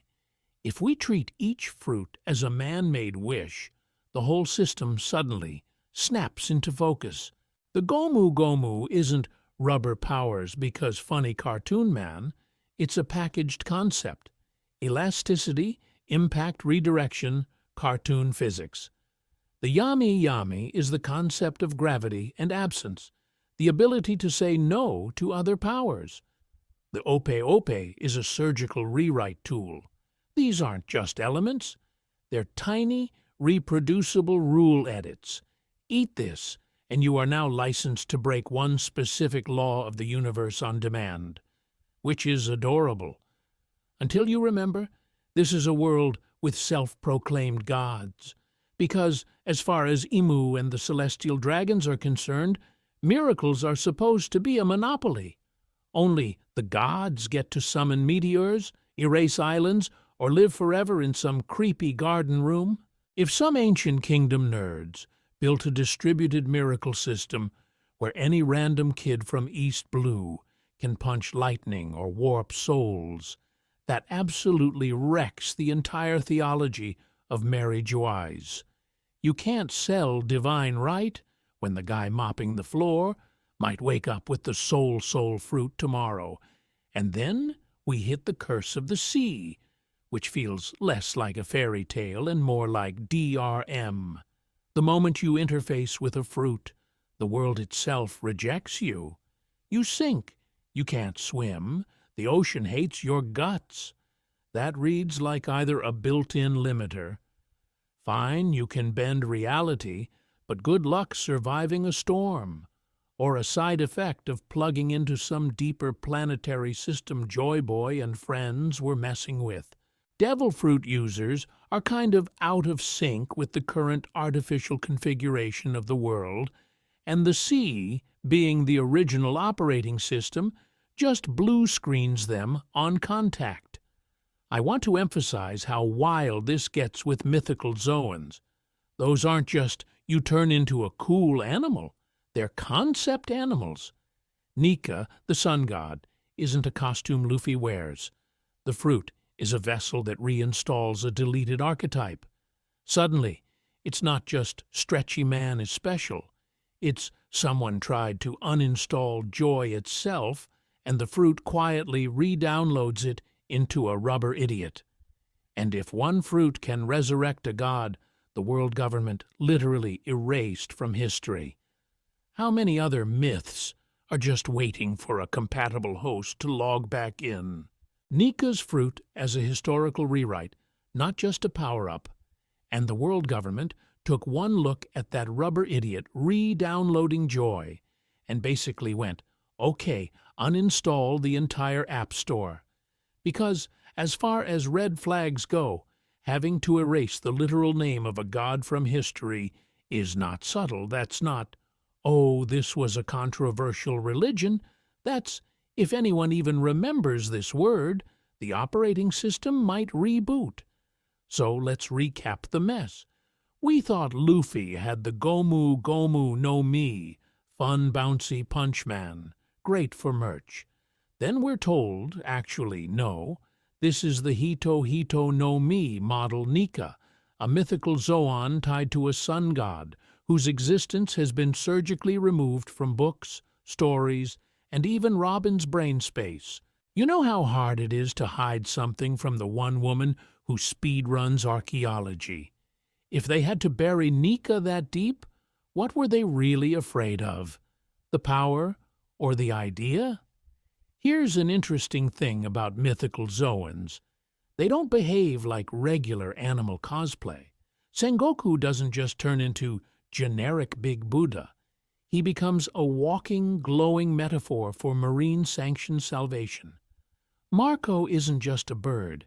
He's the phoenix, a symbol of healing and undying loyalty. These fruits are narrative entities. They overwrite your body, but they also overwrite your role in the story.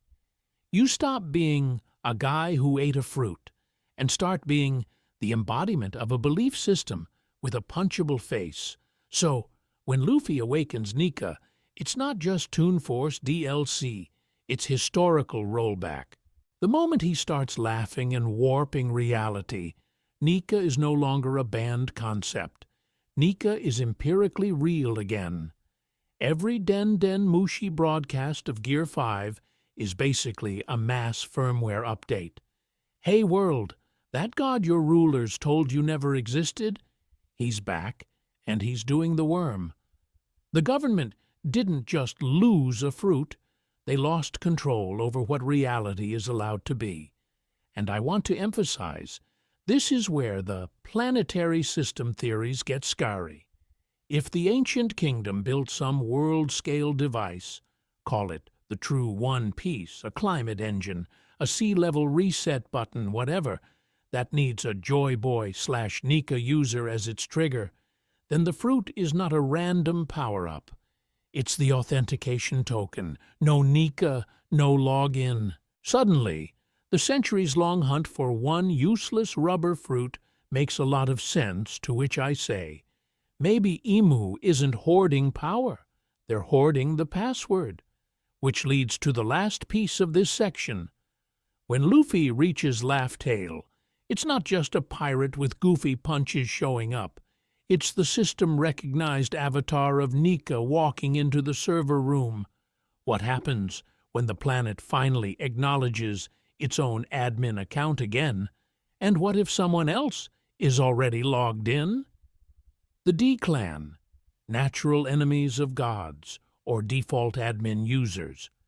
So, if Luffy is basically the Nika account logging back into the server room, that raises the annoying question, why does the story keep throwing people with a giant middle initial at the reboot button? Because as far as narrative spam goes, the letter D shows up like a Windows update. We all know the Will of D pitch, mysterious middle initial, natural enemies of gods, very spooky, very vague. But when you actually line up the D people, Luffy, Roger, Garp, Law, Teach, Ace, even Rouge, you start seeing a bug report. They're all reckless. They all defy whatever authority you put in front of them. And they all have this deeply concerning habit of smiling or laughing when they're supposed to be terrified. Roger at his execution, Saul in O'Hara, Ace at Marineford, even Law grinning through a plan that should absolutely not work. That's not just a personality quirk, that's a pattern the story is screaming at us. Here's an interesting thing. People usually treat natural enemies of gods as prophecy flavor text, to which I say, cool, but what if it's literally a system tag? If the ancient kingdom built a planetary operating system, weather control, sea-level management, maybe even devil fruit distribution, then somebody had to have admin access. The D-Clan stop looking like chosen ones and start looking like the original root users. Either the ruling family, the core scientists, or the designated stewards hard-coded into the logic as trusted executors. Now imagine the Void Century as a hostile takeover. Imu and the 20 Kings don't just win a war, they hijack the interface. They sit on the empty throne, not because nobody rules, but because the real throne is the back end only the system recognizes. In that context, natural enemies of gods is just the OS going, "These are the legitimate accounts. You guys are on guest mode." Of course, the celestial dragons treat these like walking catastrophes. An actual admin logging in is an existential threat to your stolen permissions. And to be fair, the story behaves like that's true. DEs keep spawning at historical inflection points like scheduled tasks. Roger sails to Laugh Tale and ends an era. Luffy kicks off a new one by punching every world symbol that moves. Blackbeard breaks the power rules by running multiple devil fruits, like he found the config file and unchecked one per customer. Law, with the Ope Ope no Mi, literally holds a fruit that can rewrite bodies and maybe even keys to the system. This doesn't feel random. It feels like a recurring function that keeps firing whenever the world drifts too far from its intended configuration. I want to emphasize that makes inherited will sound way less mystical and way more technical. Not fate, but protocol. An instruction set embedded in bloodlines, in poneglyphs, in stories about a laughing sun god that refuses to stay deleted. So the real question becomes, what happens when that protocol finally completes its run? And what if the next piece of code isn't a person at all, but the one piece itself? Inherited will as a backup system for a lost civilization.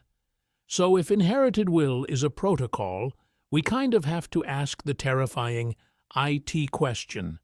What if the devs knew the server was going to get nuked?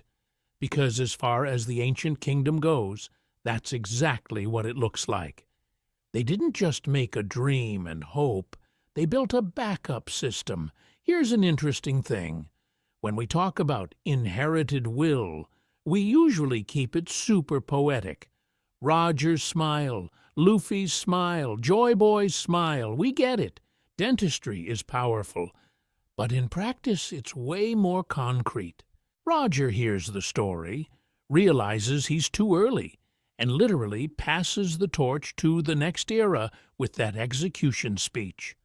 Odin dies, and the Scabbards and Momonosuke don't just grieve.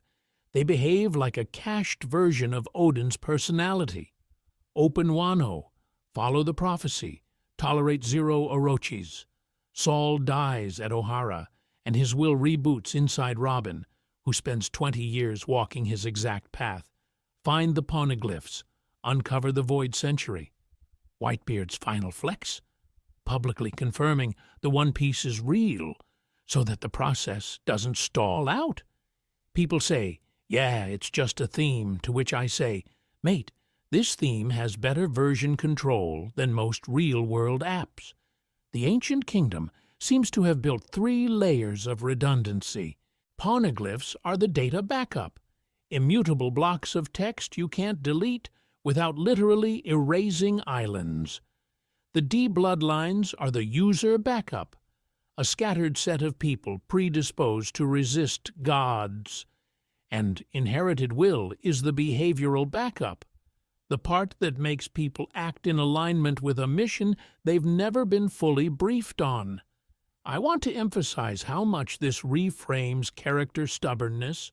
Luffy's refusal to back down isn't just shonen protagonist syndrome. It reads like a protocol that rejects any world where freedom is throttled. Law's whole life is basically an uninstall script for the celestial dragon system. Dragon looks at the world government and goes, "Cool story.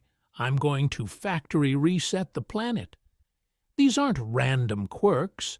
They're mission parameters resurfacing in different contexts, like the same app running on wildly different hardware. And to be fair, this lines up disturbingly well with the planetary scale stuff. If Laugh Tale is the physical control room, the map of the world is the UI, and the red line plus calm belt are some cursed DRM, then the real software of the ancient kingdom isn't locked there at all. It's distributed. Even if you hide the console and fake the map at Lodestar, the protocol keeps booting up in people's wills until the right combo of users, Ds, scholars, revolutionaries, and tools, ancient weapons, poneglyph roots, devil fruits, finally syncs and run the original program. Which brings us to the walking bug report, Blackbeard. A D who doesn't sleep, has an anomalous body, eats multiple fruits, and interprets inherited will as loot the legacy for myself. He feels like a corrupted backup trying to hijack the same system for a different purpose. So, if Luffy is the clean install of Joy Boy's will, what exactly is Teach running? And who wrote that fork of the code? Pucker, Blackbeard, the glitched user in the system. So when we call Blackbeard a walking bug report, we're not just being mean to this man's dental plan. We're saying he might literally be the one guy in One Piece who found the exploit screen and hit yes on every warning prompt. Because as far as anomalies go, Teach is stacked. He doesn't sleep. That's not just a fun little quirk. That's your operating system never shuts down energy. His body is repeatedly called weird by people who live in a world with giraffe men and clown bombs, which is already a red flag. He can wield multiple devil fruits without exploding, which breaks the one fruit per soul rule that Oda has hammered into us. And then you've got the Jolly Roger, 3 skulls, 3 sets of teeth, like he's advertising multi-boot on his pirate flag. So here's an interesting thing. What if Blackbeard isn't just a strong D, but a glitched user in the planetary system we've been talking about? Either his D lineage comes with a body that's uniquely compatible with that underlying logic, or he somehow figured out how devil fruits actually interface with souls and decided, cool, I'm going to jailbreak this.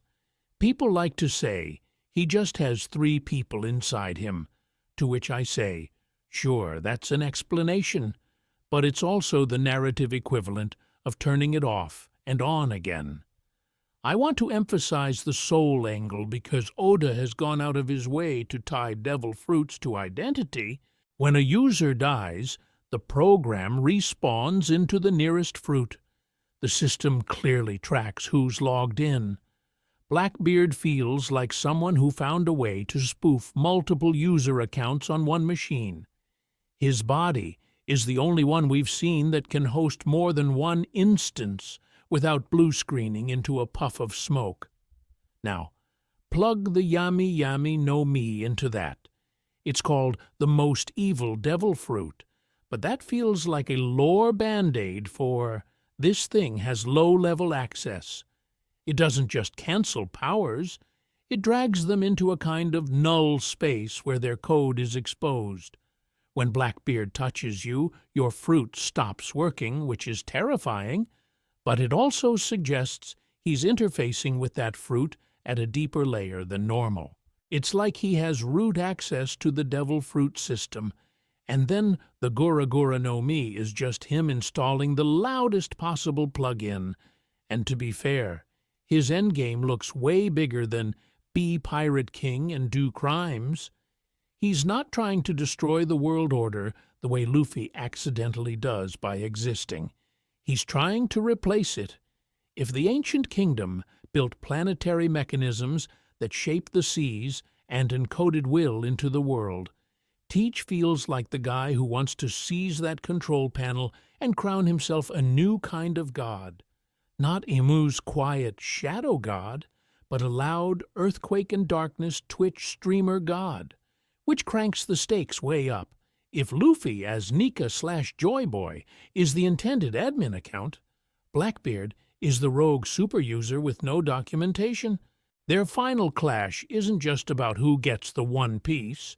It's about who gets to decide the next configuration of reality itself. And if that's true, then we really need to ask, what is this configuration they're fighting over? And what did Roger see that made him laugh instead of scream? Garp, Dragon, and the D family split over the system. So if Luffy and Blackbeard are basically fighting over the root password to reality, the next obvious question is, who raised this walking admin account? Because as far as weird tutorial modes go, the Monkey family is kind of the most overqualified, under-communicative trio in the series. We've got 3 Ds, same bloodline, same corrupt world. 3 completely different answers. Garp, hero of the Marines, punching celestial dragons and refusing promotions like their spam emails. Dragon, most wanted man in the world, running an open-source revolution project from a cloud of smoke and bad weather. Luffy, pirate, future laugh-tail tourist, and part-time sun god who just wants meat. On paper, they're all natural enemies of gods. In practice, they're arguing over how to respond to the same ancient mission none of them fully got the patch notes for. Here's an interesting thing with Garp. People love to call him a secret revolutionary, to which I say, no, he's a secret HR nightmare. He literally rejects the admin role of admiral over and over. Sengoku is dangling power, status, the top of the marine system, and Garp just says no. He stays a vice admiral forever, laughs at celestial dragons, saves Pirate King Roger's kid, and protects villages one by one. He doesn't try to rewrite the system. He just speedruns moral tech support inside it. I want to emphasize how D that is. He embraces the chaos, but refuses the throne. Dragon takes the opposite route. He looks at the same world and goes, cool, burn it. He doesn't care about treasure. He doesn't even really care about pirate freedom. He cares about toppling the world government as a political structure. It's ideology all the way down. He's trying to brute force the world government layer without necessarily understanding the full planetary OS we talked about, with the One Piece, Emu, and the fake map of the world. And to be fair, that's still very D-like. If the gods are rigging the system, you punch the gods. But it might be a little like uninstalling Windows, while not realizing your hard drive is actually a ship built by the ancient kingdom. Then we have Luffy, who, on paper, looks like the dumbest of the 3, and is actually the one following the intended route perfectly. He doesn't care about politics. He barely cares about the word revolution. But his path is suspiciously on rails, gathering allies across every sea, awakening Nika, heading toward Laugh Tale, and unknowingly aligning with the ancient kingdom's original design for system restoration. He's not trying to change the world order in a manifesto way. He's just living that joyfully chaotic D-energy that the system seems built to respond to. Put them together, and you get this really fun mess. Rejection inside the system, Garp, revolution against the system, Dragon, and intuitive cooperation with the ancient system, Luffy. Same inherited will, 3 interpretations, which sets up something terrifying. At the final war, Marines, revolutionaries, and pirates aren't just going to clash. Their different D philosophies are probably going to sync up. So, what does that convergence actually look like when it slams into Emu, the empty throne, and a world map that might be fake from the ground up? Mythology as patch notes. How stories hide system updates. So if law is the bill, who's the product? The uncomfortable answer is the world itself. Because as far as One Piece myths go, they don't read like bedtime stories. They read like someone scuffed patch notes for a planet-sized update that never got pushed live. Think about the big religious headlines. Nika, the sun god, laughing liberator. Poseidon, princess of the sea kings. Uranus, some mysterious sky weapon.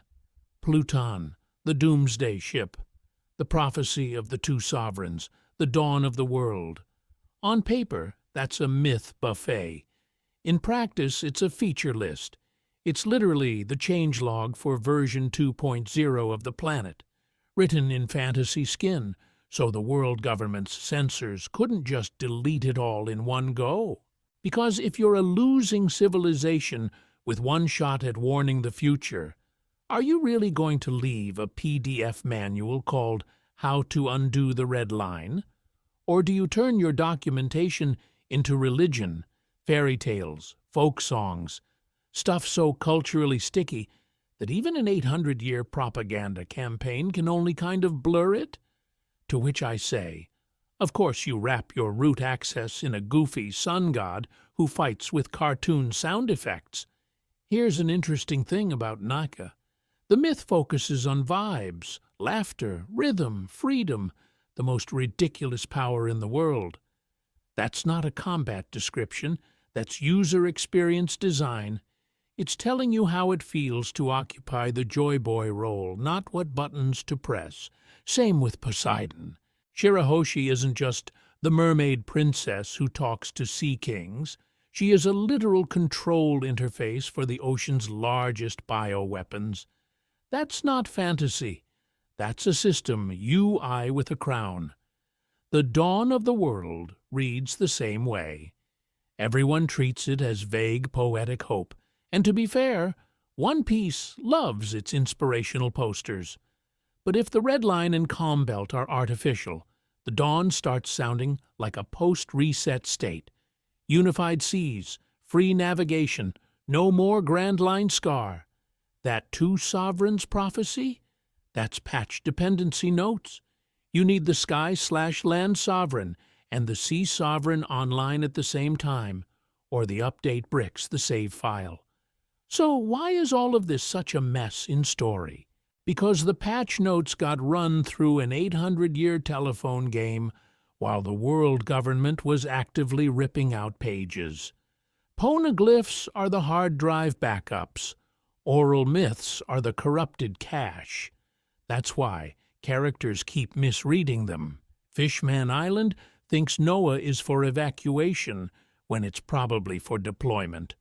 Wano thinks opening borders is cultural when it's actually network access. I want to emphasize, when Roger reaches Laugh Tale and bursts out laughing, he's not just laughing at some dad joke about one piece is actually two pieces. He's seeing the full, unredacted manual. The punchline is that the gods, weapons, and prophecies everyone killed each other over were just badly translated tooltips for a world update that got cancelled at 99%. Which raises the real question. If Joy Boy failed the install once, what exactly happens when Luffy hits retry? Why Roger laughed, the punchline of a broken world. So when we talk about Roger laughing at the world, it's not some vague metaphor. He literally sails to the end of the map, opens the dev diary for reality, and realizes the entire planet is running on an unfinished patch. We go back to that scene. The Oro Jackson reaches Laugh Tale. The last island the fake map pretends doesn't exist. They read the poneglyphs, see the true history, see whatever the One Piece actually is, and the entire crew just breaks. Odin calls it a tale of great treasure, a story so ridiculous they couldn't help but laugh. Not a polite chuckle. This is full on. We waited our whole lives for this hysteria, because as far as the planetary system lens goes, this is the moment it all clicks. Imagine discovering that the red line is basically a giant firewall, the calm belts are anti-cheat, the Grand Line is just a scar, and the real ocean has been segmented like some cursed MMO server list. 800 years ago, somebody tried to push a massive world update, got hard countered by Imu and the 20 kings, and the install froze at 99%. The Void Century isn't just censorship, it's a failed patch note. Here's an interesting thing. Once you see it like that, the comedy writes itself. Roger isn't laughing because genocide is funny. He's laughing because the scale of the misunderstanding is absurd. Pirates, marines, and kings are flexing over Yonko territories and warlord titles in a sandbox that was never meant to be permanent. Devil fruits, which Oda flat out calls unnatural, are probably leftover test features. The D-Clan are natural enemies of gods. But what if that just means cue attesters who keep trying to reboot the build? And to be fair, what else do you do when you realize you're too early? Roger knows Poseidon hasn't fully awakened, Nika hasn't resurfaced, the D-Will is still scattered. He doesn't have the power, the pieces, or the time. So he does the only thing a pirate with terminal illness and peak narrative awareness can do. He weaponizes the joke. He brands the failed update as One Piece, wraps it in the language of treasure, and turns his knowledge into a dare to the future. You think you're free? Prove it. Find the island the world government pretends doesn't exist, and read the punchline yourself. I want to emphasize, that laugh is also a handoff. Roger is basically saying, we saw the bug report. We can't fix it. Someone else will. And that someone is a rubber idiot whose fruit literally resurrects a deleted sun god, whose D burns hot enough to challenge the root user sitting on the empty throne. So here's the real question. When Luffy finally stands where Roger stood, with Nika awake, Poseidon online, and the world on the brink, does he laugh at the same cosmic joke, or does he stop laughing long enough to press the button Joy Boy couldn't? Imu as a living ancient weapon, Uranus in human form. Or does he stop laughing long enough to press the button Joy Boy couldn't? Because as far as buttons go, the biggest one in the setting might already have a finger on it, and that finger belongs to someone who technically doesn't exist. We need to talk about Imu again, but this time, like we've accepted that the series is a vague horror story wearing a funny pirate hat. We've had the silhouette gliding through the flower room, the way they casually sit on the empty throne, the giant straw hat stored like a biohazard in a freezer. People say, oh, Imu is just the secret king of the world, to which I say, that's the boring version. The more interesting idea is that Imu isn't just a ruler using an ancient weapon. Imu is Uranus, not owns Uranus, not has the key to Uranus, but is literally the human interface the weapon was built around. We all default to flying battleship because Pluton is a warship and Poseidon is a mermaid, so our brains go, cool, sky battleship trilogy. But here's an interesting thing. Nothing in the text actually says Uranus has to be a vehicle. It can be a system, a bioweapon designed to sync with one host, turning that person into the OS user, the login screen, and the big red fire button all at once. Suddenly, Imu's apparent immortality stops being a quirky vampire rumor and starts looking like patch notes. The Gorosei don't just kneel because of politics. They kneel like tech priests around a living key. They're not a council advising a monarch. They're admins serving the only account with root access. When Imu orders a great cleansing, it reads less like a tantrum and more like system maintenance. Delete corrupted files, defrag the map, preserve the preferred world configuration. Lulusia is the clearest example. The sky darkens, a grid of light, island gone. Everyone went, okay, that's Uranus, But if Imu is staring at the map and choosing the target, what we're seeing isn't a weapon being fired by a person. It's a conscious weapon using a person-shaped cursor.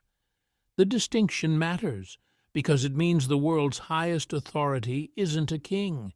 It's an interface pretending to be human. And I want to emphasize how cursed that makes the empty throne. We're told it's empty so no one rules, symbol of equality, blah, blah.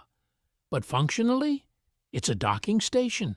Sit there, sync with Uranus, become the avatar, legally empty, metaphysically occupied.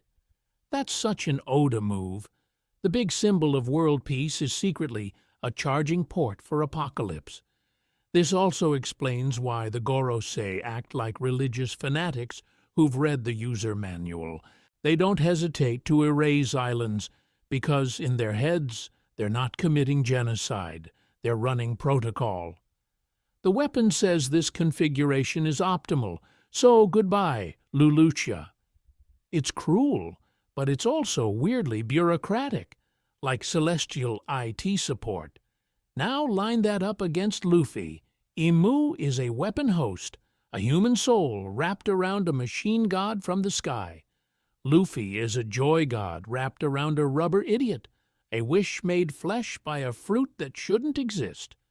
The final clash stops being pirate versus king and becomes two living systems arguing over what the world is allowed to be.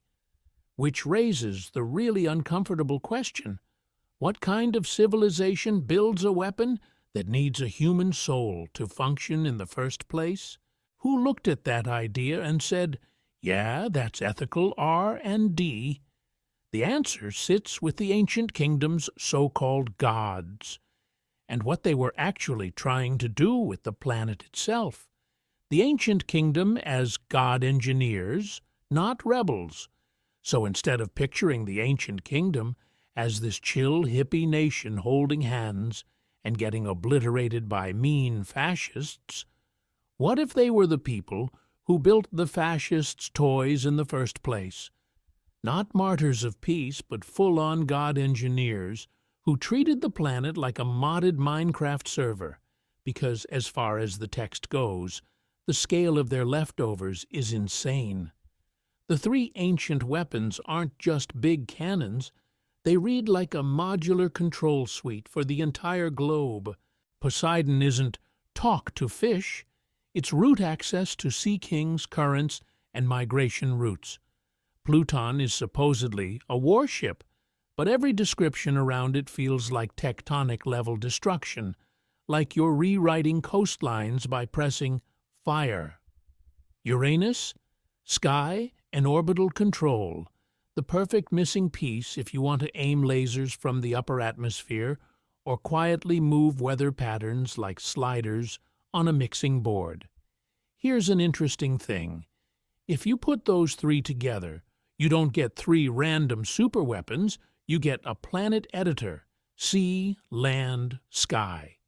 That's not rebellion tech, that's admin tech. And to be fair, if a civilization can build that, then the idea that devil fruits are just mystical nature wishes starts to look kind of cute.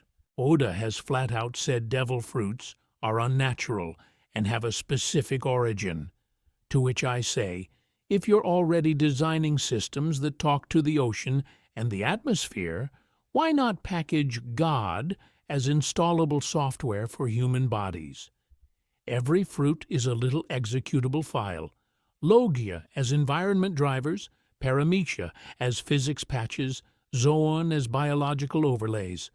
The Nika fruit then becomes less random sun god reincarnation and more banned joy update that someone snuck back into production.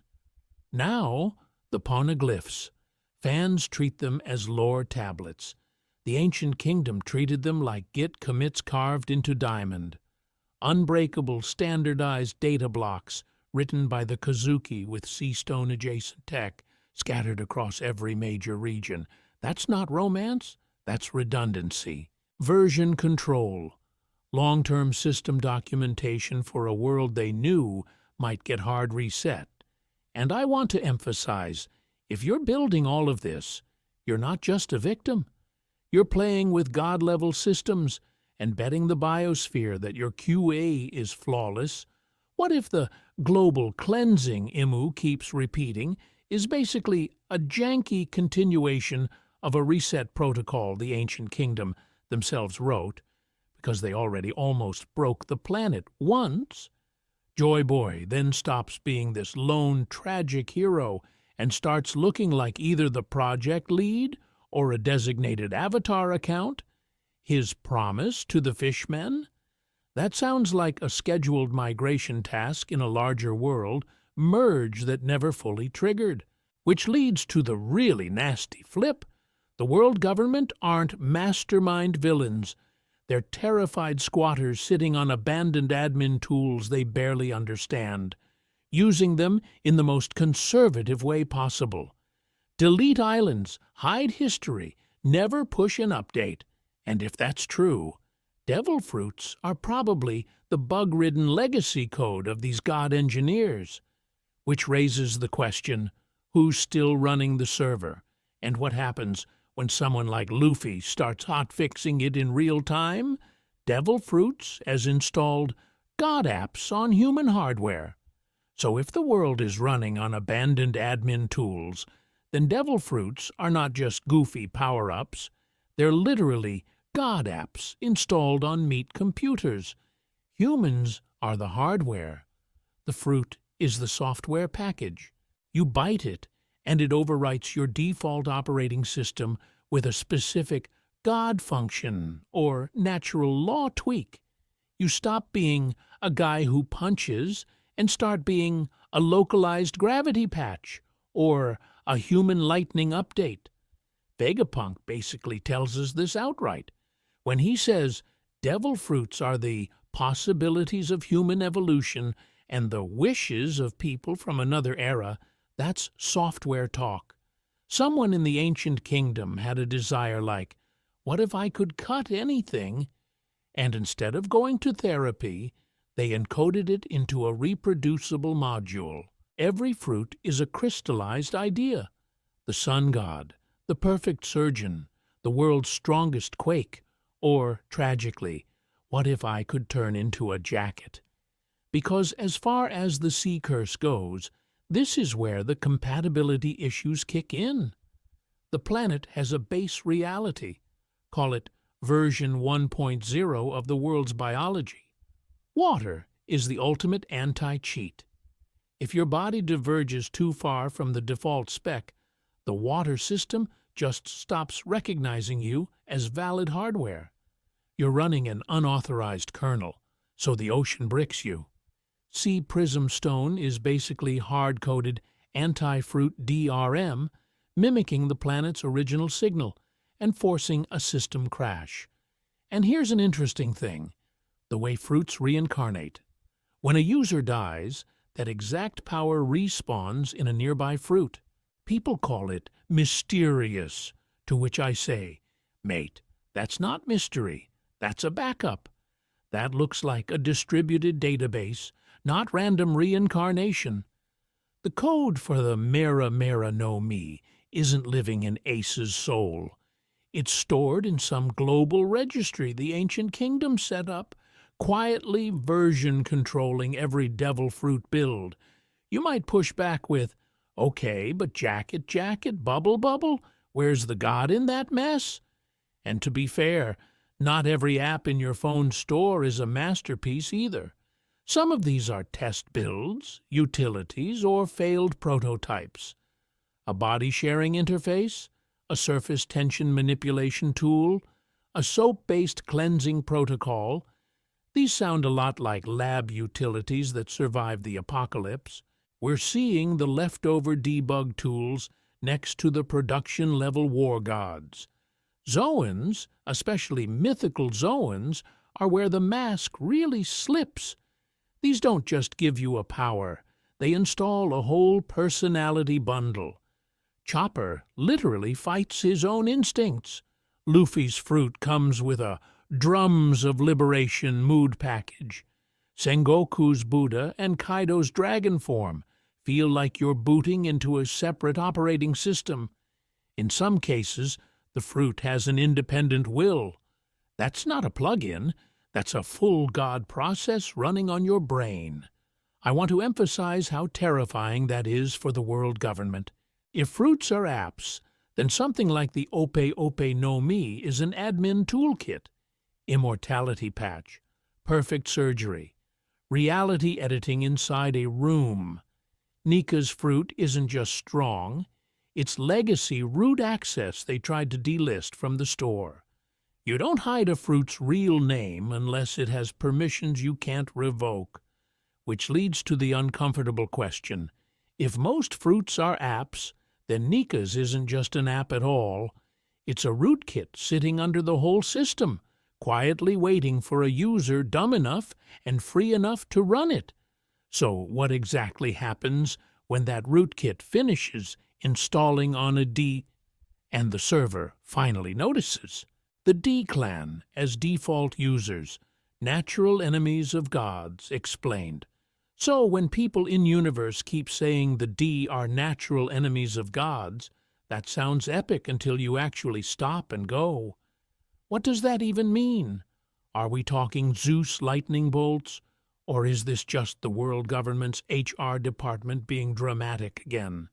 Because as far as we can tell, the only gods that tangibly exist in One Piece are systems. The celestial dragons, the Gorosei, Imu, the Red Line itself, even the ancient weapons. They're all infrastructures pretending to be divine. Call it God mode bureaucracy. The phrase only stops being vague once you swap gods for people who stole the admin password from the ancient kingdom. Here's an interesting thing. If the One Piece world is running on leftover Void Century software, then somebody had to be the default user base. That's where the D-Clan slides in. Not a random chosen bloodline, but the baseline population or designated user group the ancient kingdom engineered to safely interface with god-level tech, devil fruits, Poseidon, Uranus, whatever the One Piece itself is, the people who could touch nuclear buttons without immediately turning into Imu. And to be fair, Ds do share a trait that looks like strong will on the surface, but behaves more like hard-coded antivirus. They're resistant to top-down control. They don't stay domesticated. Luffy literally cannot process hierarchy correctly. He treats Yonko, admirals, and random bartenders with the same chaotic respect. Law keeps slipping out of every neatly controlled role. Child victim, warlord, Doflamingo's pawn, and turning into a system-breaking variable. Even Roger saw the full design doc at Laugh-Tale and went, "Yeah, we're too early to hit execute. Look at how every D detonates rigid structures." Luffy walks into the Shichibukai/Yonko balance, and it just starts collapsing in sequence. Crocodile, Mariah, Doflamingo, Kaido, Big Mom. Law invades the underworld pipeline, helps topple Daffy, and casually exposes the SAD/Smile production chain. Blackbeard? He speedruns Impel Down, Marineford, and the Yonko Equilibrium like he found the glitch folder. So when the world government brands them natural enemies of gods, to which I say, that's propaganda. In this framework, they're enemies of counterfeit gods, systems pretending to be absolute when they're just misused tools. They're the one user group that still has the original terms of service in their DNA. I want to emphasize that the initial itself might not even be a letter. It could be a chopped-off glyph from the ancient kingdom's language, D for designated, default, driver, whatever. A mark that this lineage is authorized to trigger certain protocols, like, say, a planetary reset that removes the red line and restores the real ocean map. And then there's Garp, the funniest outlier imaginable. A D who joins the Marines but spends his whole career refusing promotions, laughing in the face of celestial dragons, and secretly protecting Dragon and Luffy. He's inside the operating system, but he's never installing the updates, which brings us to the real fork in the code, Luffy and Blackbeard as two divergent user paths. 1D trying to free the software for everyone, 1D trying to hijack the admin panel for himself. So, what happens when the corrupted account gets to the reset button first? Blackbeard as a corrupted multi-boot user. When the system glitches. So if Luffy is the intended user path, Blackbeard is what happens when you jailbreak your soul and brick the warranty. Because look at how many red flags this man has. He literally doesn't sleep. He eats multiple devil fruits without exploding. Marco says his body is a little different. Luffy and Zoro both clock that something is off about him. And on top of all that, his whole identity is wrapped around a darkness fruit he hunted for decades, like a guy refreshing eBay for one specific graphics card. People like to say, "Oh, he's just built different." To which I say, that's not an explanation, that's a patch note. Here's an interesting thing. If devil fruits are basically god apps, then Blackbeard is a corrupted multi-boot user. His internal architecture is glitched or deliberately modified, so he can run more than one divine program at once. Everybody else is a normal phone. One OS, one big app. Teach is the weird PC in the corner with 3 partitions and a fan that never turns off. And Oda keeps screaming this visually. The Jolly Roger with 3 skulls, the 3 pistols, the way his personality kind of snaps between cowardly, calculating, and fanatically ambitious. Fans argue about 3 people in one body, but as far as system metaphors go, it looks like multiple user profiles on the same cursed hardware. Not 3 heads like Cerberus, but 3 logins sharing the same meat computer. Now, the Yami Yami no Mi. People hear darkness and think edgy black hole powers, and to be fair, the black hole thing is cool, but look at how it behaves. It cancels other abilities. It drags devil fruit users into him, and then somehow, post-Marineford, he can just install whitebeard.exe.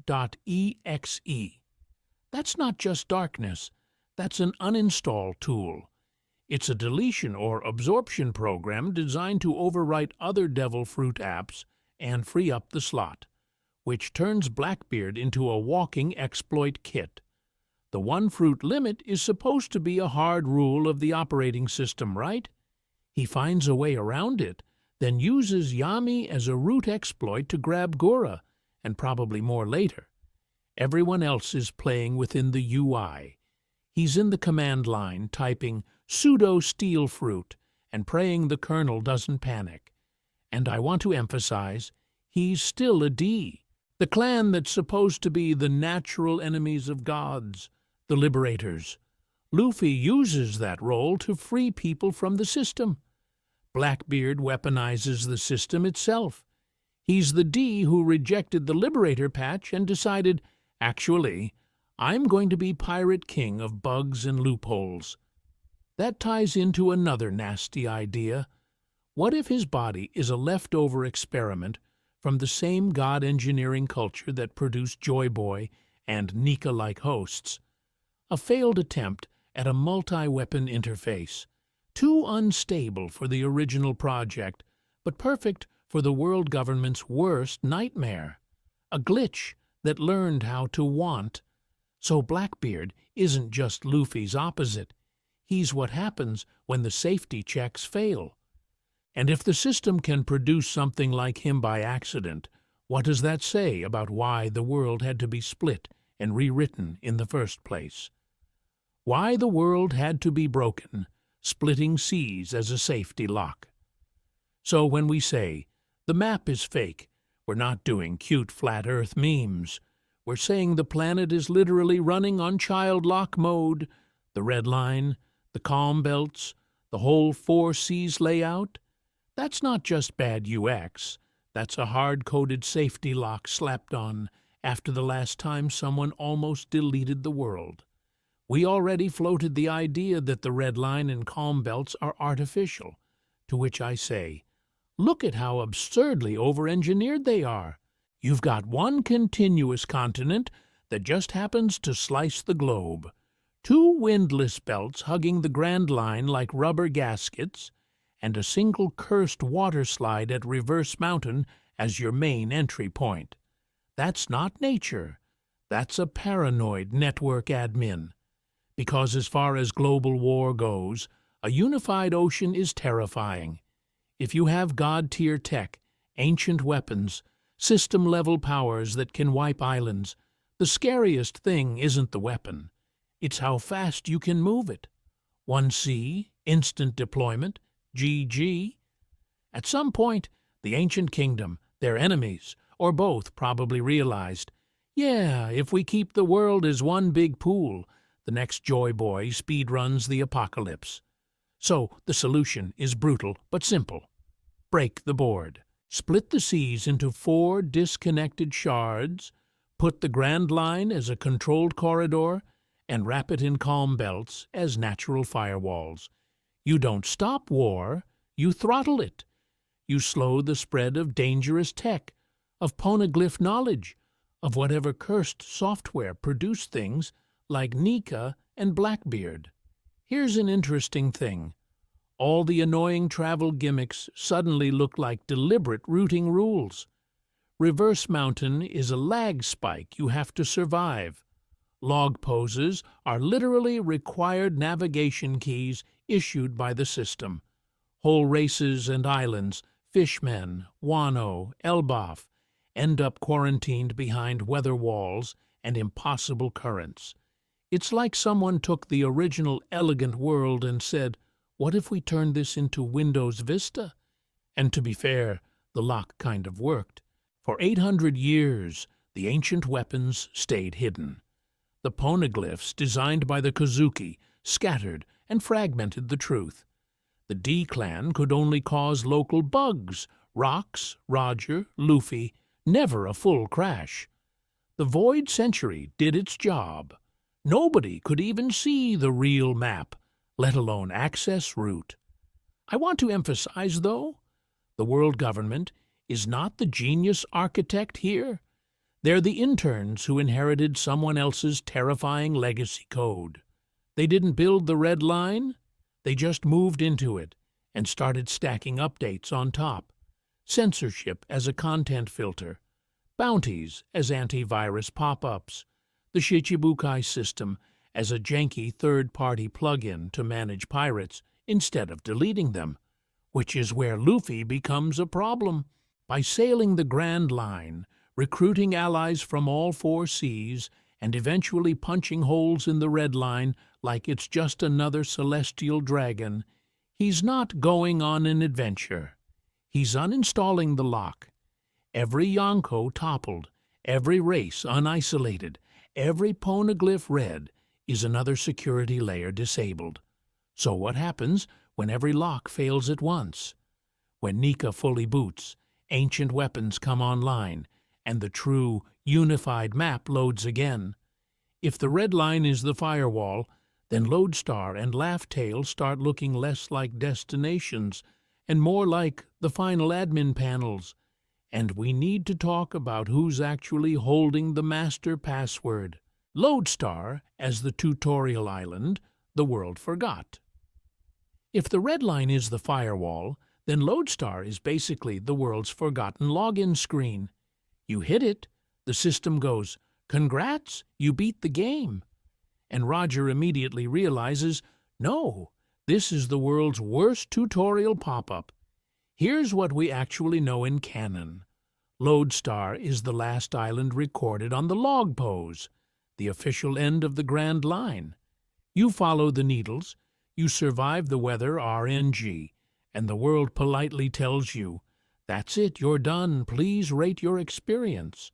And to be fair, that already feels suspicious. One Piece is obsessed with circles, loops, and routes that don't quite line up. A clean final dot at Lodestar is almost too neat. So here's an interesting thing. What if Lodestar was never meant to be the destination, but the calibration hub? A place where navigators, log poses, and even specific bloodlines could sync with the planet's magnetic and gravitational systems before accessing the real map. Think of it like the room in a video game, where they quietly test your controller inputs. Do your needles stabilize? Does your D lineage ping the right way? Does your observation hockey lock onto something the average user can't even feel yet? People say, why would the log pose just stop there?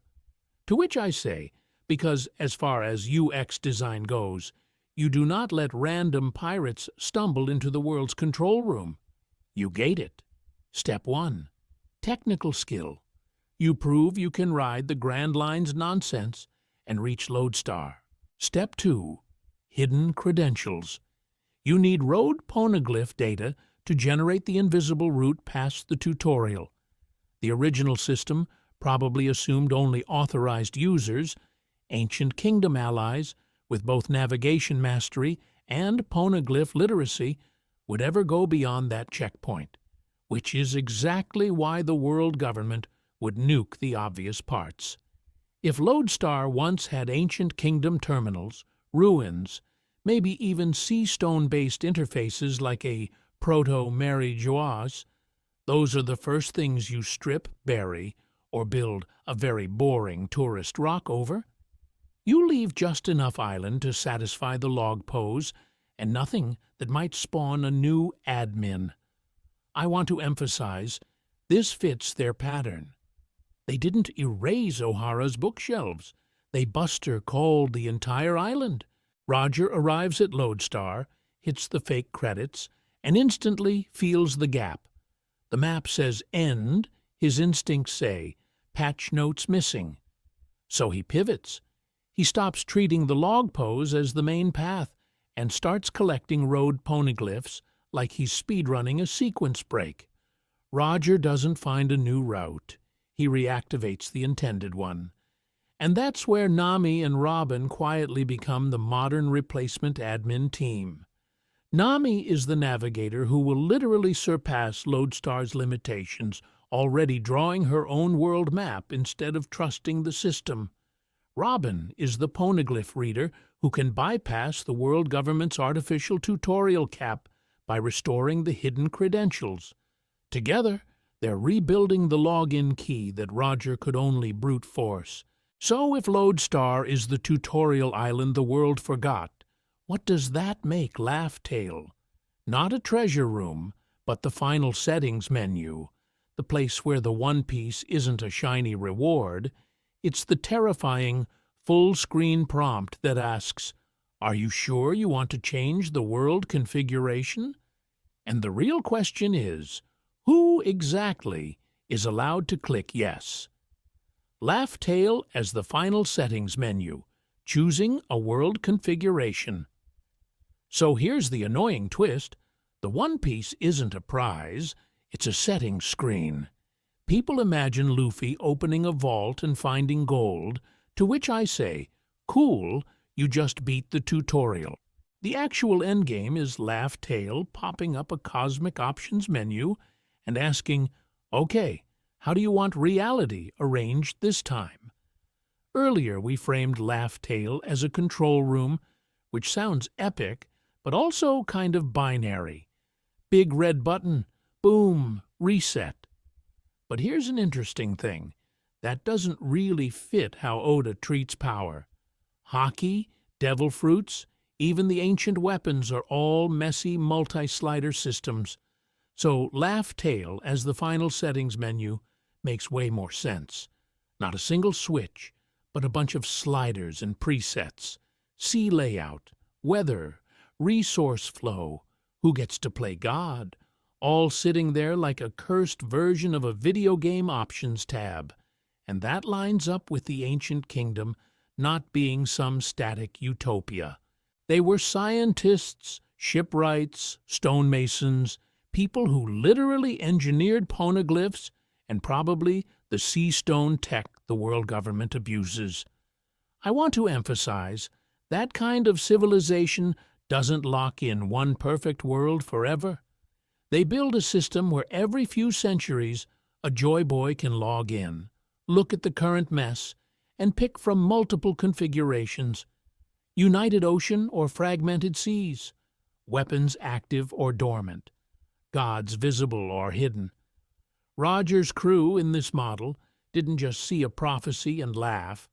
They saw the menu, they saw options, and they realized they were way too early. No Nika actually awakened, no global communication, no Fishman Island promise fulfilled, no alliances like the Straw Hats have now.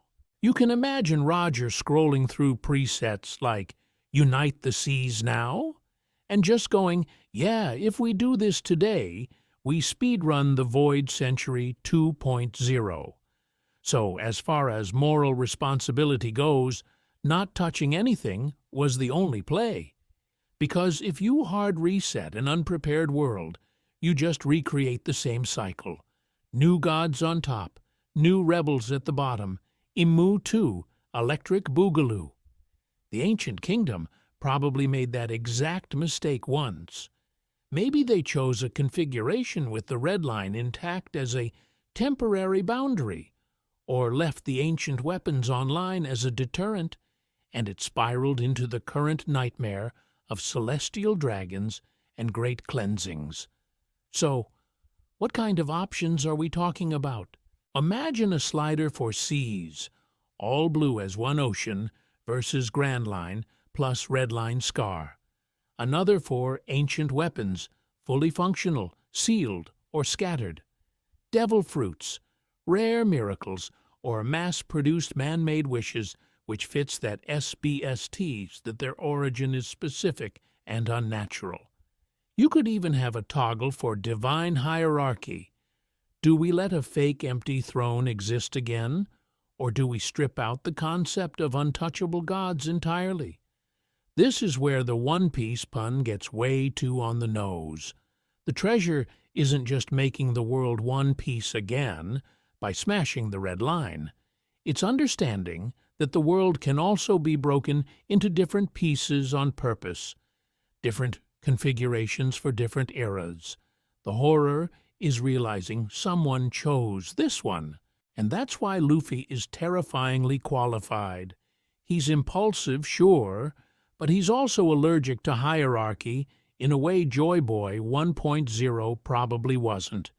He doesn't want to become a god. He wants everyone he likes to eat meat together.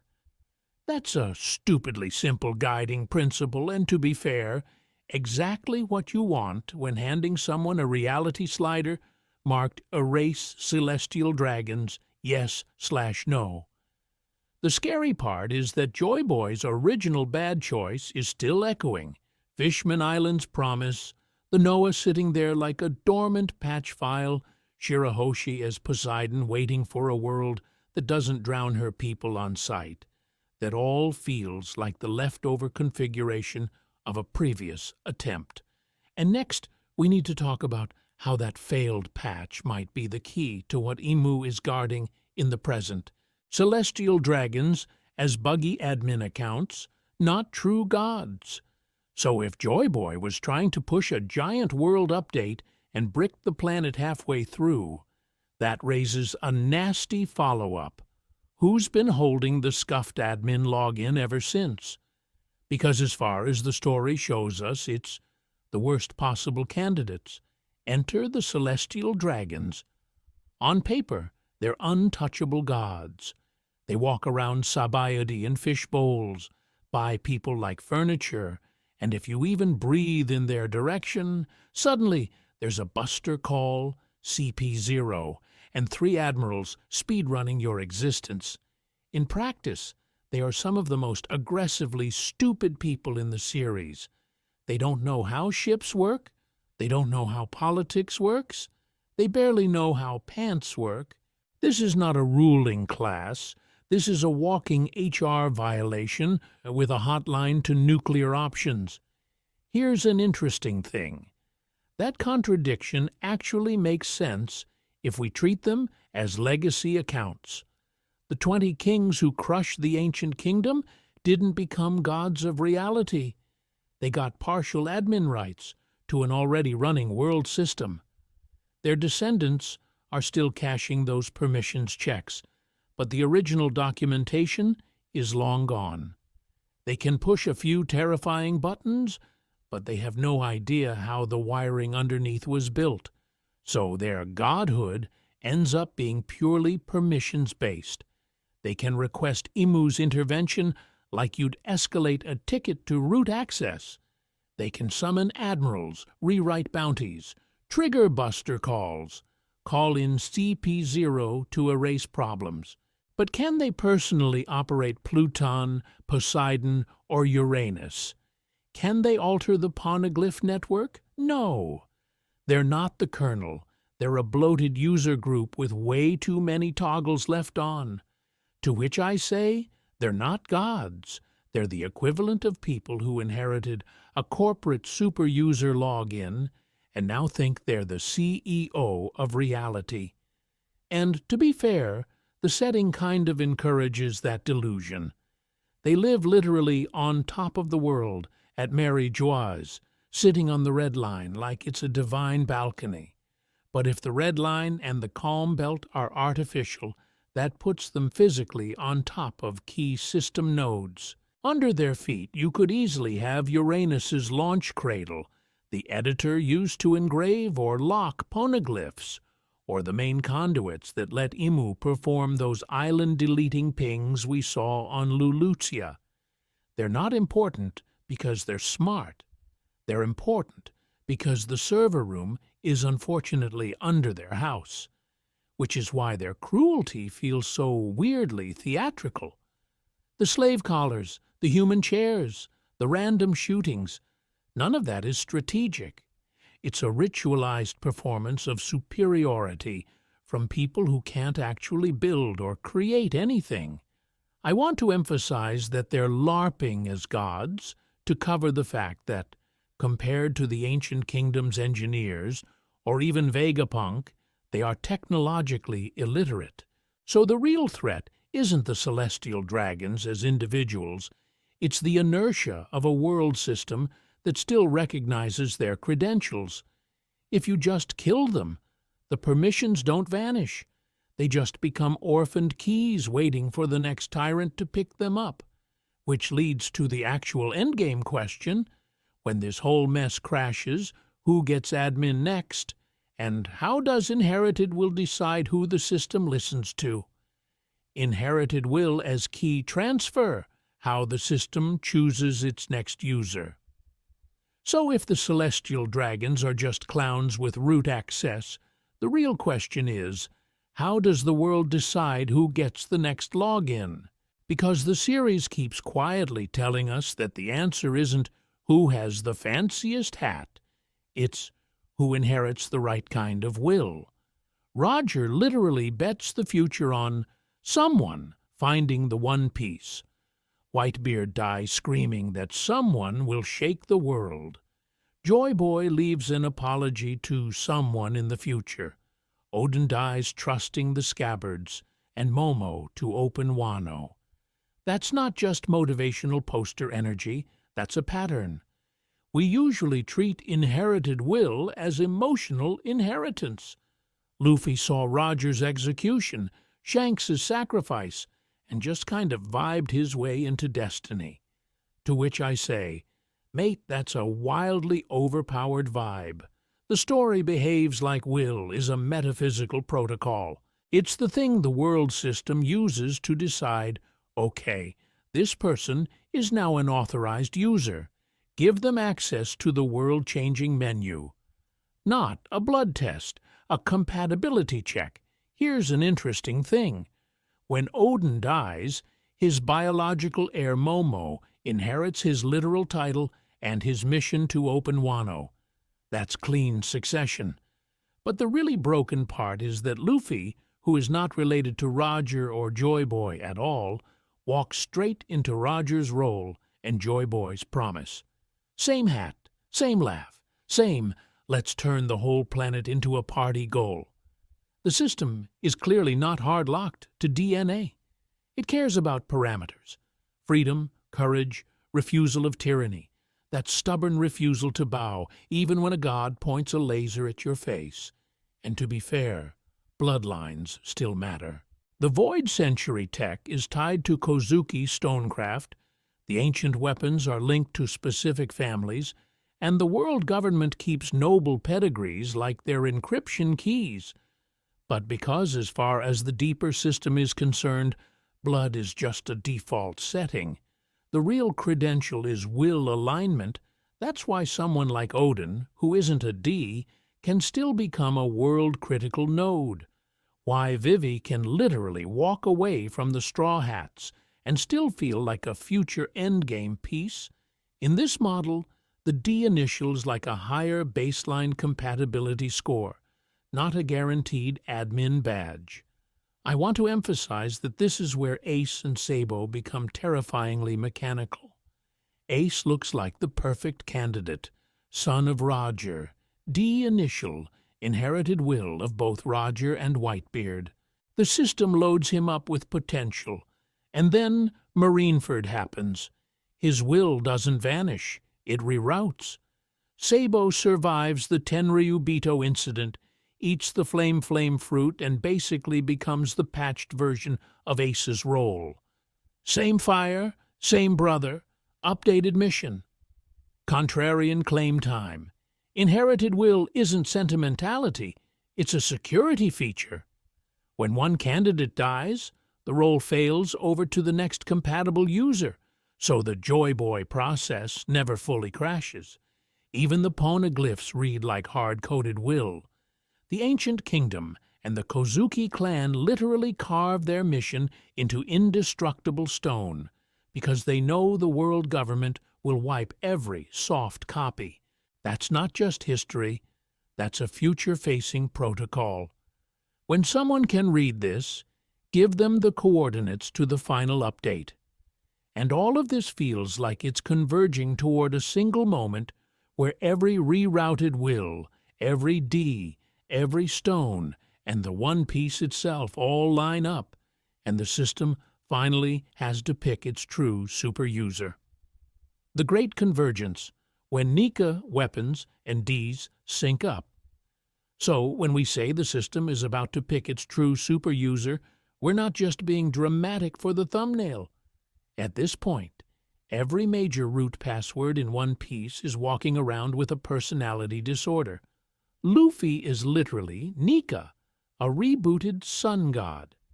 Shirahoshi is Poseidon, the Sea King API. Pluton is sleeping under Wano like a buried nuke. Uranus is probably welded to Imu's spine and sprinkled across every faction. Pirates, Marines, revolutionaries. We've got active Ds like landmines with family names. Here's an interesting thing. None of that feels random anymore. It feels scheduled. The story is moving toward what you could call a maintenance window.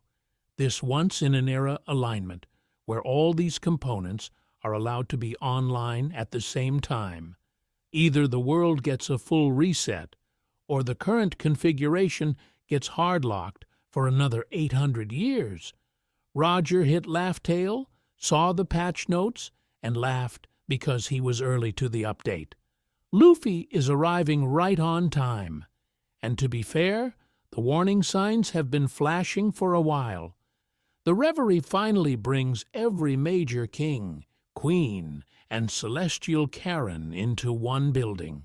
The Warlord system, this janky plug-in the government used to stabilize piracy, gets deleted overnight. The Straw Hats jump to Yonko status off a single arc. People call that rushed, to which I say, mate, you're a rushed system. This is what it looks like when a patchwork control structure hits its breaking point and every duct-taped fix starts peeling off at once. Because as far as timing goes, you actually need chaos.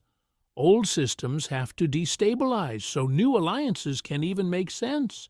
We get Sabo allegedly killing Cobra, Vivi vanishing, information leaks about Emu existing at all. CP0 is running around like IT interns unplugging servers they don't understand. The revolutionaries, Blackbeard, Shanks, Cross-Guild, everyone is sniffing the same vague opportunity without knowing the full diagram. If the One Piece is some kind of world-shaping device, then the convergence has to be physical and metaphysical. Physical as in red line destroyed, calm belt gone, all four seas unified into the original ocean the fake map has been hiding.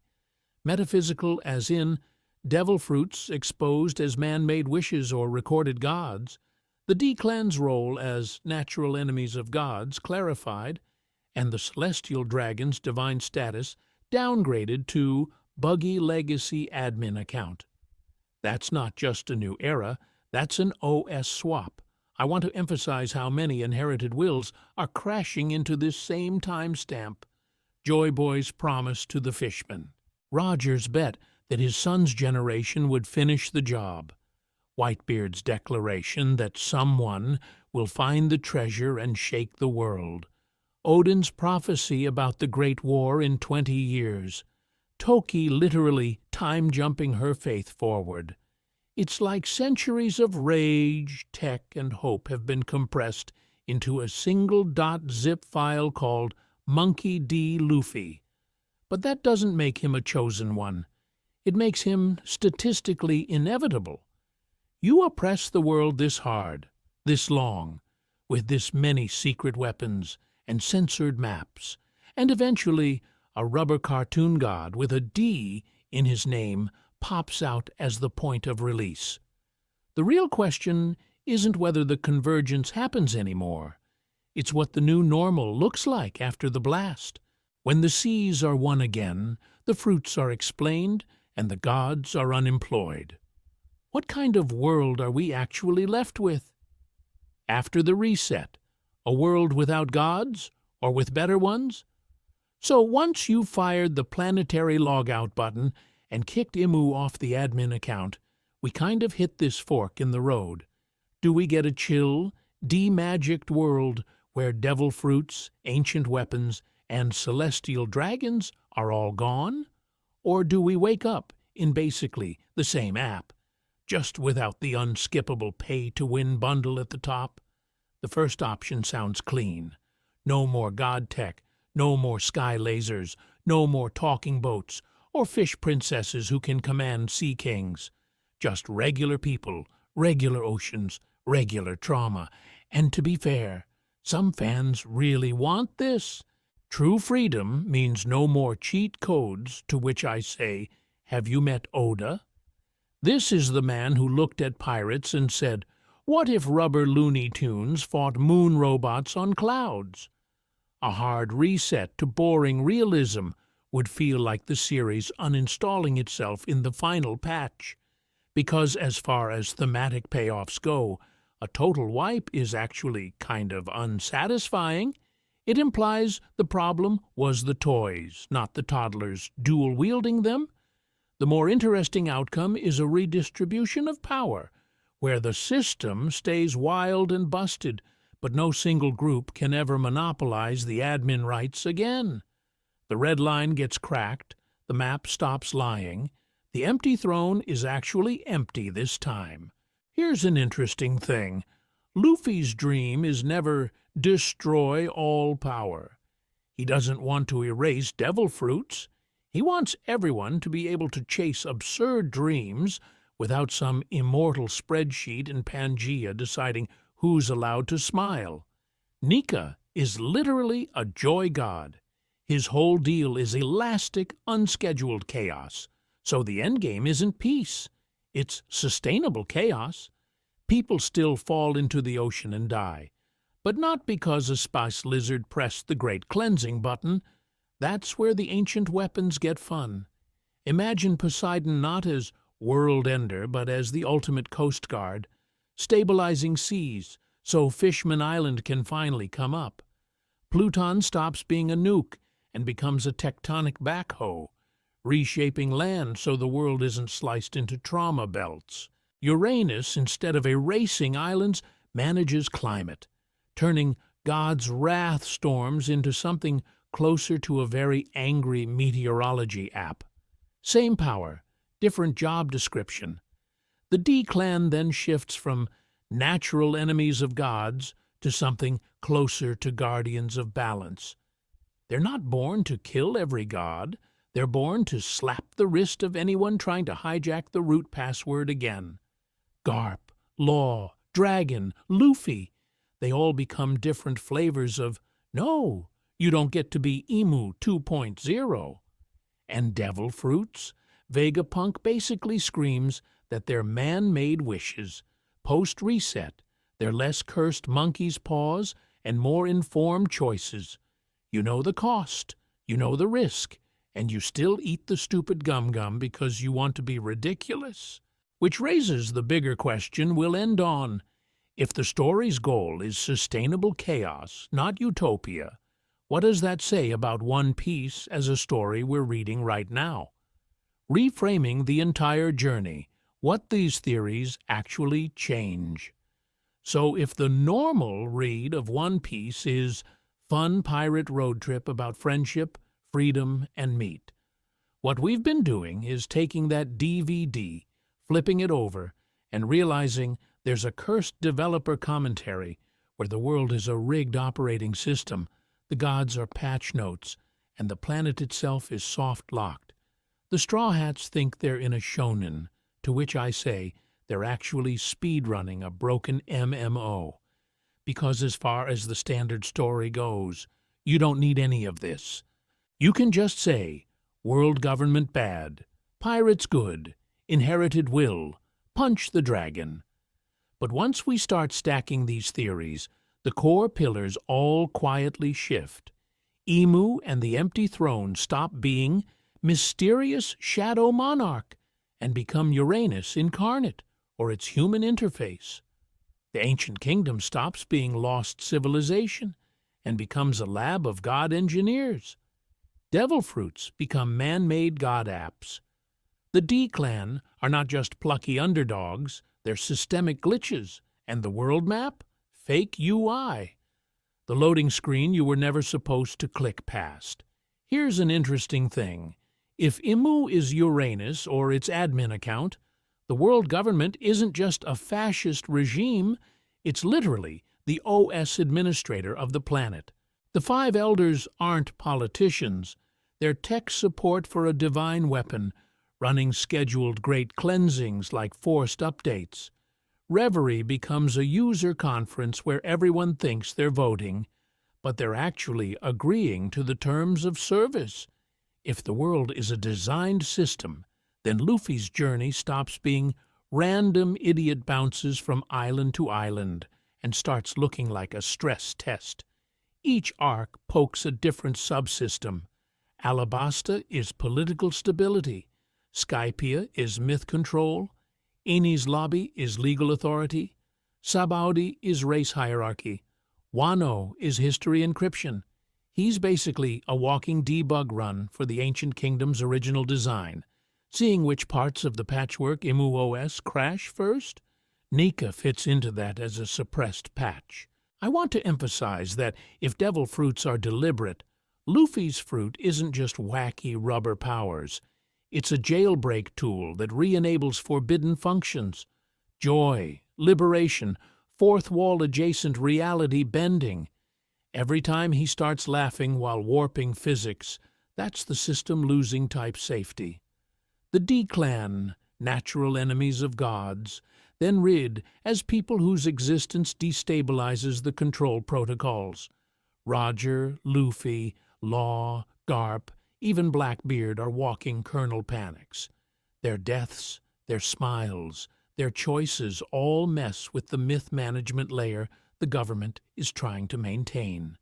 And, to be fair, the map theory sounds the most galaxy brain, but Lodestar, Laugh Tale, the Red Line, the Calm Belts, They all point at geography itself being propaganda. The Grand Line is a guided path across a segmented or scarred planet, like a critical bug that got framed as a feature. All of this is speculative, but it orbits real breadcrumbs: inherited will, the weight of history, the government's original sin. So in the next sections, we're not re-explaining everything. We're snapping it into one alternate reading of One Piece's plot, start to finish. And once you see it that way, even goofy moments, Luffy laughing on the scaffold, Roger laughing at the end, stop being random quirks and start feeling like deliberate error messages from a much darker, more calculated narrative underneath. Teiuaimu, Uranus, and the world government as a planet-scale operating system. So let's take all of that creepy subtext and just say the quiet part out loud. Imu is not a spooky monarch in the shadows. Imu is Uranus, or, at the absolute minimum, Imu is the human-shaped cursor for a living ancient weapon that was built to manage the planet like it's a very fragile, very badly documented app. Because as far as the story we've actually seen goes, Imu doesn't behave like a king. Kings bargain, posture, throw banquets. Imu sits on a throne that's supposed to be empty, points at a map, and an entire country, Lulusia, gets literally deleted from the screen. The Gorosei, who are framed as the highest visible power, don't argue, they report. They defer like sysadmins who know the root user is logged in and can brick the whole server if they feel like it. Here's an interesting thing. The Great Cleansing suddenly makes way more sense if we stop reading it as politics and start reading it as a system function. It's not, we disagree with these guys' foreign policy. It's, this cluster is corrupted, purge the data. Islands, bloodlines, ideologies, anything that threatens the stability of the operating system gets scheduled for deletion. Buster calls and CP agencies are just the cron jobs, pre-approved scripts. Oh, you triggered the scholars researching Void Century flag? Cool, that's script OHARA-01, launching now. And to be fair, that lines up disturbingly well with the Void Century. In this model, the 20 Kings didn't just beat the ancient kingdom in a big anime war. They pulled off a hostile takeover of the planetary OS. Either they seized Uranus and slapped a new user on top, Imu as a hijacked interface, or the original admin went rogue, decided that world peace means eternal maintenance mode, and the kings built the world government around that decision. The victory wasn't just cannons, it was a forced update. I want to emphasize how elegant the empty throne myth becomes here. The UI says, no one rules the world, we all share power, while the real process is running in the background, root only, hidden from normal users. Reverie is basically a fake settings menu. You can change the wallpaper, not the kernel. Then we've got the Gorosei's monstrous forms and likely mythical Zoans. In a normal fantasy, that's just cool boss designs. In this framework, they're demon programs, sub-processes spun off from the same core system to enforce order at different levels. One handles information, one handles war, one handles weird cosmic nonsense, all plugged into the same backend that Imu/Uranus represents. Now people will say, isn't this too sci-fi for One Piece?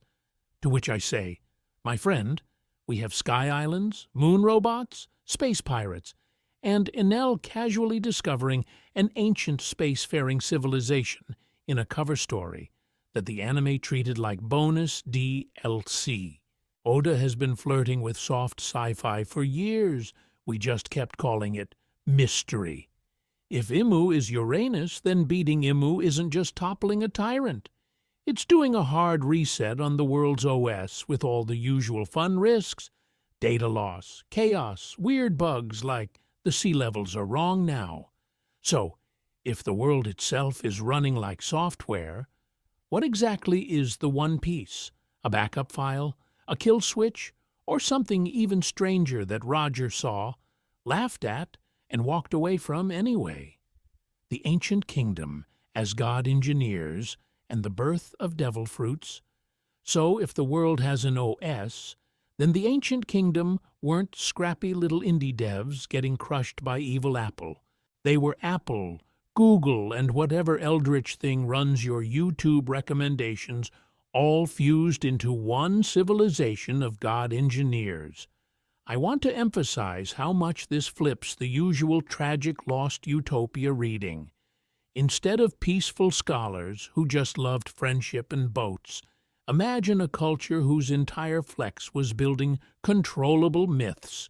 Weapons, weather, deities, even joy itself packaged as modular systems. They didn't just tell stories about gods. They shipped gods as products. And that's where devil fruits stop being random clown curses and start looking like installed god apps. Each fruit is basically a program the ancient kingdom wrote to emulate a concept. Fire, rubber, darkness, luck, whatever turn into a giraffe with a gun is. People say devil fruits are chaotic and inconsistent, to which I say, mate, look at our app stores. You have banking, dating, and a flashlight that wants your location. That's devil fruits, a messy but intentional library. Here's an interesting thing. The drawbacks suddenly make more sense. The sea rejecting users, the inability to swim, that very specific vulnerability feels like DRM or a safety lock.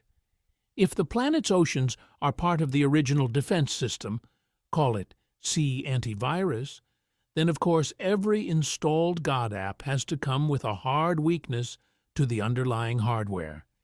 You get power, but you stay hackable by the world itself. Vegapunk basically spells this out, and we all just nodded and moved on. He says devil fruits are wishes of humanity made real, which sounds poetic, but because as far as Vegapunk goes, he's a hard sci-fi guy. Lineage factor, pacifistas, seraphim, this man is CRISPR with a lab coat. So take him literally. The ancient kingdom had tech to crystallize collective desire into reproducible abilities. You want to fly? Enough people wish for it, they compile that into a fruit. Now, the Nika fruit. On paper, it's a mythical zoan. In this framework, it's a jailbreak app, a piece of code specifically written to resurrect a suppressed god protocol. Nika, the sun god, avatar of freedom, joy, and system-breaking unpredictability. The world government didn't just rename it to hide a goofy power. They were trying to bury a root-level exploit that laughs in the face of every control mechanism. Suddenly, the fruit taxonomy looks like an app store. Logias are elemental control modules. Paramecias are physics hacks and conceptual edits. Zoans are biological overlays. Install Leopard OS on your human hardware. Mythical Zoans, full god templates, complete with lore, instincts, and built-in narrative gravity. Scale that up, and the ancient weapons are just macro programs. Pluton, Poseidon, Uranus, world-scale applications running on planetary hardware, while devil fruits are micro-scale user apps installed on individual devices, that is, people. Same coding tradition, different scope. Even the reincarnation mechanic stops being mystical and starts sounding like cloud storage. When a user dies, the data of that fruit returns to the world's underlying system and waits to be re-downloaded into the next compatible fruit body. It's literally a software license being freed up. And to be fair, this is a very techno-mythic read, but Oda lives in that space. Lineage factor is gene code, will can punch reality. Seastone is anti-devil fruit encryption. The series is already a vague science magic mess, Which brings us back to the world government. If they hijack the OS, their real fear isn't pirates in general. It's unauthorized users installing God apps they don't control. So what happens when one of those users reaches the One Piece and finds the root password? D-Clan, inherited will, and the glitch in the system. So, about that root password, because as far as the story is concerned, the world government already knows who the biggest security threat is, and it's not pirates as a vague category. It's anyone with a single stupid letter in their name. The will of D gets talked about like it's this mystical middle initial, but I want to emphasize that's basically like calling a zero-day exploit a quirky little bug. The D is a tag in the system. It marks users who are hard-coded as natural enemies of gods, people whose very existence destabilizes divine or pseudo-divine authority. And Oda does not exactly hide this. These are the people who smile when they're supposed to bow. Look at the recurring pattern. Roger smiling at his execution, Ace smiling at Marineford, Saul laughing in O'Hara's burning library, Luffy grinning in Logtown under the execution platform. Even Rocks, Blackbeard, Law, all of these D-carriers keep showing up at historical inflection points. God Valley, the Pirate King era, Marineford, Dressrosa, Wano, Egghead. At some point, the pattern stops being coincidence and starts looking like design. So here's an interesting thing. What if the D aren't just a family, but a feature? Either descendants of the ancient kingdom's original architects or deliberately engineered bloodlines, living backdoors, fail-safes coded into humanity itself so that if the world order ever got hijacked, the system would eventually spawn users capable of challenging it. That inherited will everyone keeps talking about stops being just sentimental legacy and starts reading like data persistence, ideas and intentions sharded across generations like a distributed backup of Joy Boy's mission. Suddenly, Garp, Dragon, and Luffy look less like three weirdly different guys and more like three expressions of the same glitch. Garp is the Marine who refuses promotion because he will not kneel to celestial dragons. Dragon is the patch that openly attacks the system, founding the Revolutionary Army.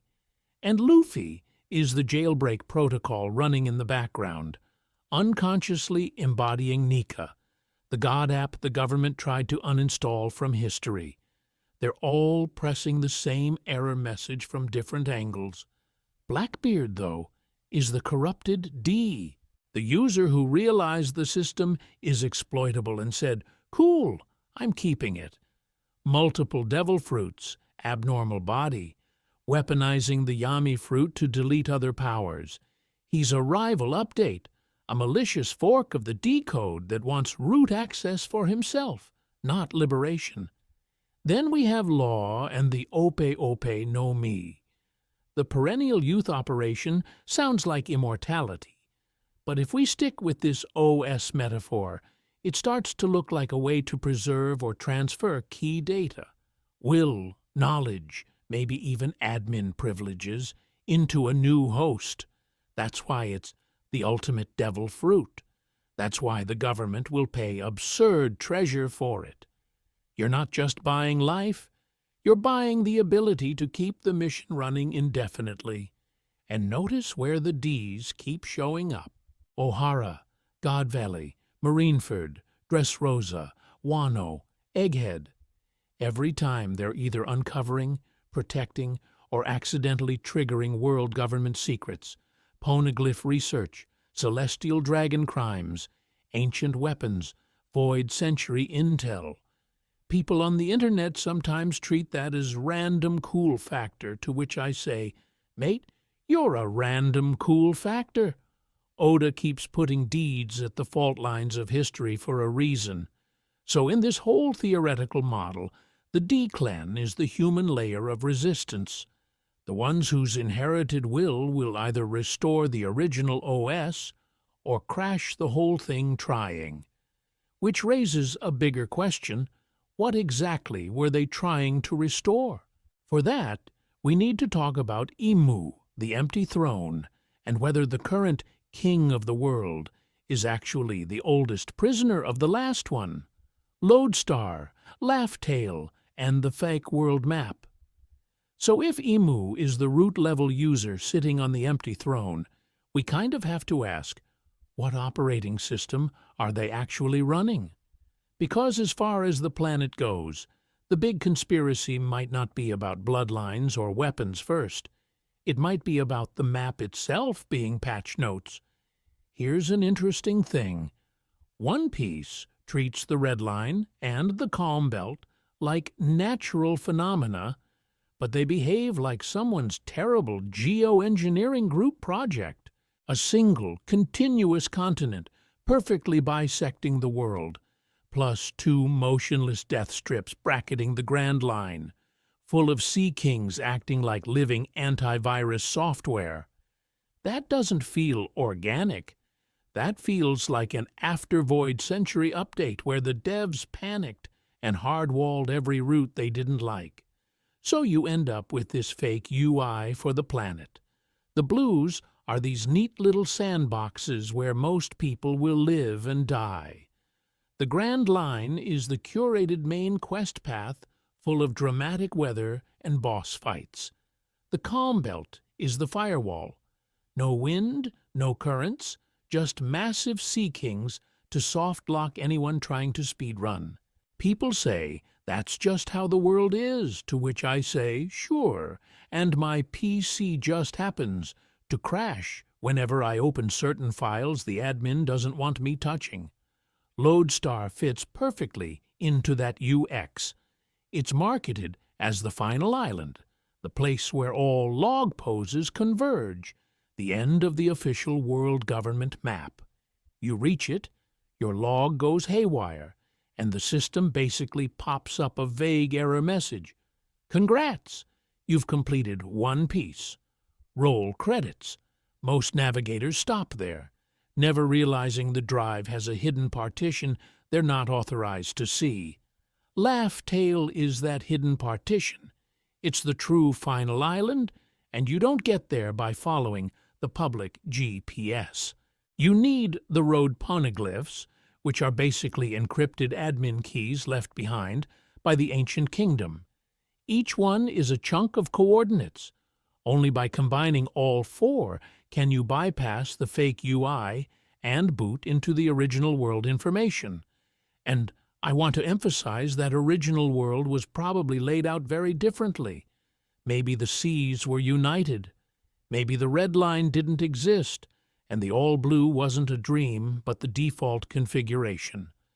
The current map reads like a post-war patch designed to enforce separation, cut the ocean, cage the races, fragment history, and then build your capital literally on the scar.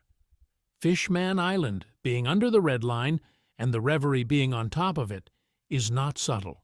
The oppressed race in the dark, the kings of the world in the sky, both physically pinned to the same artificial structure.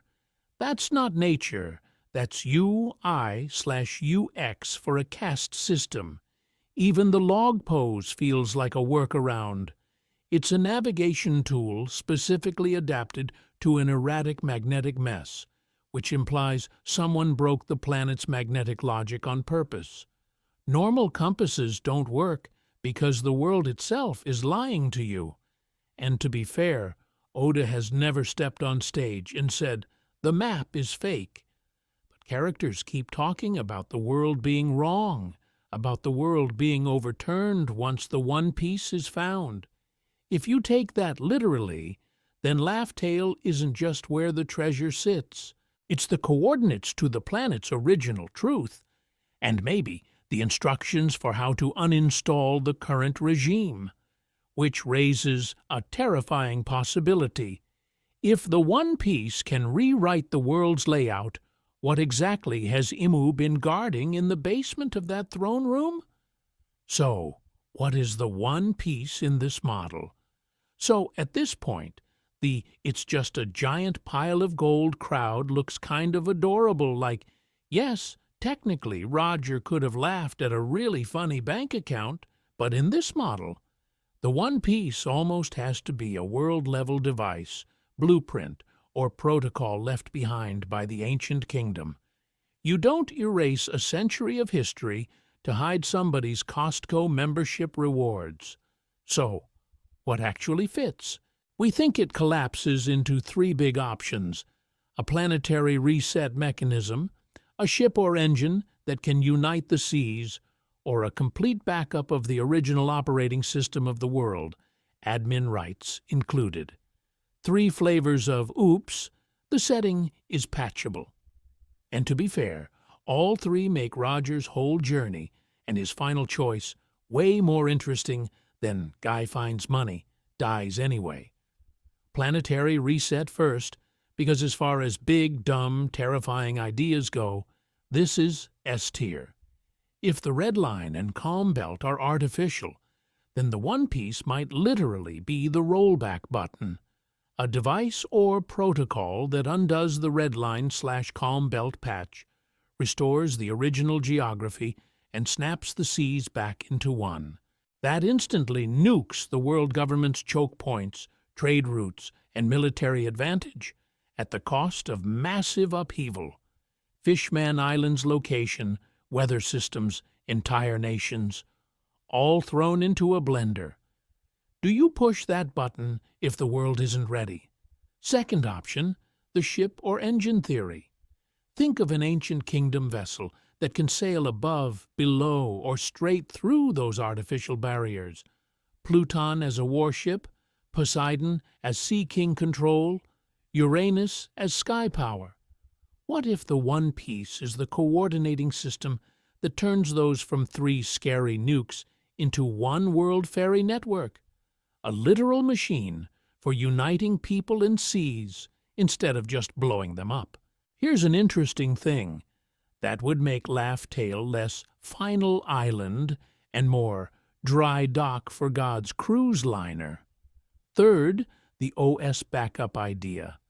The One Piece as a complete record of the Void Century, the ancient kingdom's design philosophy, and the true function of ancient weapons and devil fruits, plus the means to reinstall that worldview. Not just lore, but root access. You don't just read history. You overwrite the current software Emu's been running. I want to emphasize how dangerous that is. Give the wrong person admin, and suddenly Blackbeard is patching reality like it's a Windows update. Now plug that into Roger. He reaches Laugh Tale, sees the mechanism/ship/backup, learns Joy Boy's failed promise, maybe an attempt to raise the sea level, destroy the Red Line, or bring Fishman Island to the surface, and realizes they were too early. Wrong era, wrong allies, wrong level of global chaos. So he laughs, names it Laugh Tale, and walks away because triggering it now would just recreate the failure with better haircuts. His last words? That's not a random pirate flex, that's a deliberate virus. He seeds the great pirate era to generate enough candidates, enough inherited will, enough people crazy enough to actually use this thing. To which I say, the One Piece isn't the prize at the end of the story. It's the trigger for the real story. The moment the OS gets rebooted, rewritten, or shattered beyond repair. Which circles us right back to Luffy, Nika, and this extremely chaotic crew. Are they uniquely suited to pull that trigger, or are they the exact kind of idiots you should never give root access to reality? Luffy, Nika, and the joyful apocalypse. So, about giving root access to reality to a guy who tried to ring a doorbell with his face. On paper, that sounds like the worst security protocol of all time. But this is exactly where the Nika reveal quietly flips Luffy from rubber boy with plot armor into something way scarier and way more intentional. Because as far as the story is now concerned, Luffy is not the Gomu Gomu no Mi user. He is the Hito Hito no Mi model Nika. Human fruit model suppressed jailbreak god. That reframe takes every "wow, he sure is lucky" moment and files it under the world's OS keeps trying to boot a liberation protocol, and the world government has been slamming the power button for 800 years. Here's an interesting thing. Nika's traits are stupidly on theme for a forced reset. Laughter, joy, dancing, elasticity. That's not just a vibe, that's a design spec. If you're about to shake a world that's literally been welded together by the red line and political terror, you don't want a power that breaks things. You want a power that makes reality bend, stretch, and snap back without total collapse. Gear 5 turning the ground into rubber, bouncing lightning, making Kaido look like Looney Tunes roadkill? That reads less like ha-ha cartoon and more like the physics engine getting live patched by a user with admin rights. When Luffy drums on his chest and the sky itself starts laughing with him, that's not just cool animation, that's OS-level hacking. He imagines, and the system complies, to which I say, that's not a power-up, that's an exploit. And I want to emphasize, the only thing scarier than that power is who has it. Luffy consistently refuses every label that would justify control. He doesn't want to be a hero. He clowns on the idea of being a savior, and even Pirate King for him just means the freest guy on the sea. He topples tyrants, frees people, and then immediately leaves. Alabasta? No throne? Dressrosa? No puppet government? Wano?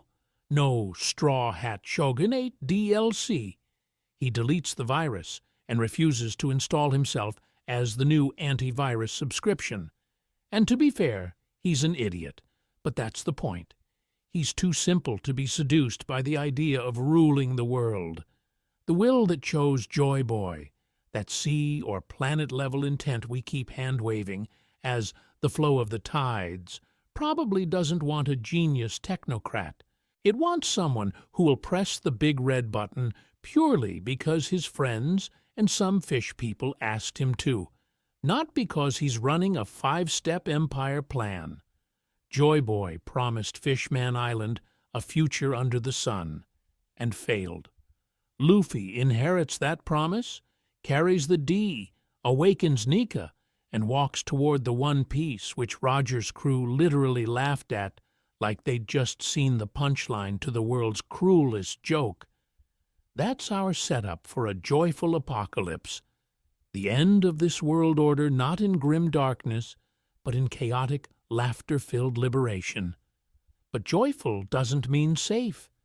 If Luffy actually hits reset, if Nika's jailbreak app runs at full power, the red line might crack, seas might merge, entire islands could vanish. Some characters we love might not survive the transition. The world we've spent 1,000 chapters in is on the chopping block, and the series is quietly asking, are you really okay with that if it means everyone else gets to be free? And if Luffy is the jailbreak, then the next question is obvious. Who wrote the prison in the first place? And what monster is sitting in the control room trying to stop the update? How these theories rewire classic moments in the story. If Imu is the thing in the control room, then the wild part is we've already been watching the OS push back against them since Arlong Park. We just didn't have the language for it. Because as far as early East Blue arcs go, Arlong is basically a local tyrant running a pirate plug-in on top of a racist marine firewall. Here's an interesting thing. The map room scene with Nami, that's not just child abuse fuel. That's a visual of the system literally carved into the walls with a girl forced to maintain it.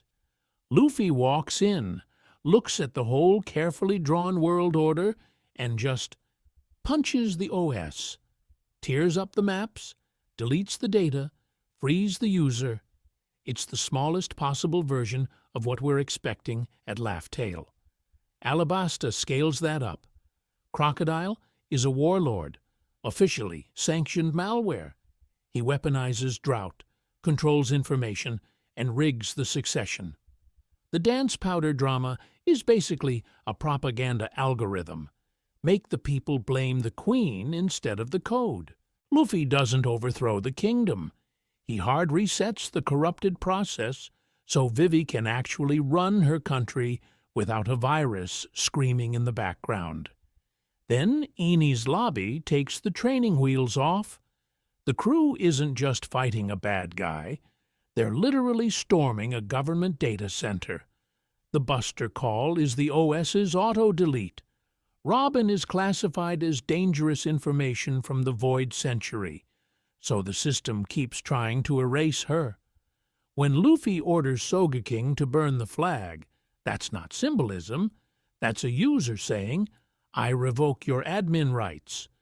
And Robin's "I want to live" hits way harder if you read it as corrupted data refusing to be wiped. She's basically a poneglyph in human form yelling, "No, you don't get to hotfix me out of the patch notes." Skypire looks like a filler detour, to which I say, you skipped the tutorial level for the final dungeon. A floating island with its own god, ancient ruins, and a poneglyph pointing to Poseidon? That's a sandbox server. NL is a rogue mod drunk on power, but the Shandian ruins still hold fragments of the original documentation. Joy Boy's apology, the weapon indexes, the idea that the sea itself used to be arranged differently. Jump to Sabaody, and the celestial dragons suddenly read like user accounts with God mode toggled on. They're not strong. They're whiny NPCs protected by an invincible terms of service. Touch them, and the OS drops a Marine Admiral on your head. Marineford is the OS trying to publicly uninstall a D. Ace's execution is a warning pop-up to the whole world. Whitebeard's Quake Fruit is reality editing power used defensively, and then Blackbeard shows up as a second glitch, another patch built on stolen code that the system can't sandbox properly. Dressrosa doubles down on Devil Fruits as God apps. Doflamingo's String Fruit lets him pull literal background processes, rewrite memories, turn people into toys so the world forgets them. That's not just evil. That's user-level reality edits, the nightmare version of what Nika can do. By the time we hit Wano, the pattern is screaming at us, closed borders like a firewall, an ancient weapon walking around on 4 legs, Joy Boy prophecy, and a giant elephant carrying a backup drive of lost history. Wano feels less like an isolated country and more like a staging area for the OS reset. I want to emphasize, once you start viewing arcs as test cases, the repetition stops feeling lazy. Liberation speeches, inherited wills, people laughing at their own executions, those are stress tests for a world that's about to get Gear 5'd. Even the comedy bits, Luffy's idiocy warping logic, Usopp's lies coming true, Buggy refusing to die, look like the universe quietly bending toward cartoon physics. So now, the fun homework is on you. Mentally re-watch the series with this lens and count how many scenes suddenly feel like foreshadowing for a literal world rewrite. Because if all of this is training, then the real question becomes, what exactly is the One Piece supposed to do when someone finally hits Run Program? What if we're completely wrong? And why that's still the point? Run Program. Or, it prints out, Luffy was dead the whole time, and we all uninstalled the series. Because as far as honesty goes, we should admit this. A lot of what we've just talked about is high-altitude guesswork. Oda is still actively writing. He is a professional liar by trade, and he loves setting up a clean line of dominoes just to flick one sideways at the last second. So let's do the boring, grounded version for a second. Imu could just be a very long-lived human tyrant sitting on a not-so-empty throne. No ancient weapon OS, just, I found the immortality surgery before law did. Devil fruits? Purely mystical wish orbs with no hard mechanism, a magic system that exists because Oda said, "What if Rubber Man?" and never looked back. The red line. A naturally occurring tectonic mess, not a man-made firewall. The One Piece, mostly symbolic. A treasure that proves the Void Century happened and inspires the world, but doesn't literally rewrite the planet. And to be fair, that version is completely compatible with how Oda usually plays this. When he had the chance to over-explain Haki, he kept it kind of vague and emotional. Nika isn't a biology lecture, it's a story about joy. Even the poneglyphs are less technical documentation and more stone blog posts from your persecuted ancestors. He will absolutely throw out a pseudoscience line about devil fruits being unnatural, then immediately cut to Luffy turning into a Looney Tunes balloon. So, if we're completely wrong about world OSEs and God apps, did we just waste 2 hours? To which I say, mate, we watch weekly episodes of people punching clouds. Your time was gone a long time ago. The real value isn't guessing the exact twist. It's noticing how tightly the themes are wired together. Freedom versus control in the way the world government polices knowledge. Truth versus narrative in how the Void Century is erased. Joy versus despair baked into Nika. History versus erasure every time a poneglyph shows up under a tourist attraction. Here's an interesting thing. Oda has literally said he reads fan theories. He's joked about being caught early. He's played off popular ideas. He's clearly aware that the fandom is running this giant, collaborative red string board. That means this kind of deep dive is part of the modern One Piece experience. We're not just consuming the story, we're stress testing it while he's still patching the system live. I want to emphasize how thinking of the world as an OS, the D as glitches, devil fruits as God apps, isn't about being right. It's about forcing ourselves to pay attention. Suddenly, you notice how many D deaths are smiling, how often storms show up around turning points, how the map itself lies to you from Lodestar to Laugh-Tale. These are patterns you might breeze past if you're only watching for the next cool punch.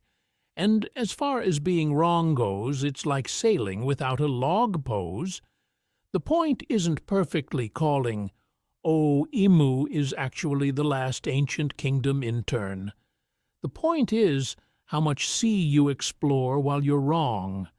When we finally get the Void Century flashback, when Imu stands up from that shadow throne, when we see what Roger laughed at, having wrestled with the wildest possible versions will only make the real answer hit harder, whether it's cosmic code or just a profoundly human tragedy. So, treat this whole video as a sandbox. Steal pieces of these models, throw out the parts you hate, build your own coherent framework for why the world looks like a broken globe. If this made One Piece feel bigger, stranger, more intentional, then the theories already did their job. And if you're still on the fence, good, because next we're going to stress test all of this against the one thing Oda almost never lies about, the jokes. Your turn. Build the wildest coherent theory. You can, and if Oda's jokes are the one honest metric, then it's your turn to be dishonest in the most constructive way possible. I want to emphasize this. Do not just nod, close the tab, and go back to scrolling. Pick a pillar and either crown it or execute it in the comments. Imu as Uranus? Devil fruits as God apps? The D as glitches in a divine operating system? The world map as a fake U I slapped over a broken globe? The One Piece as a literal world editing device? Grab one of those and say, "This is absolutely right," or "This is actually trash." But you have to argue it, because as far as we're concerned, I feel like it is not evidence, it's a vibe. Here's an interesting thing. We want coherent wildness.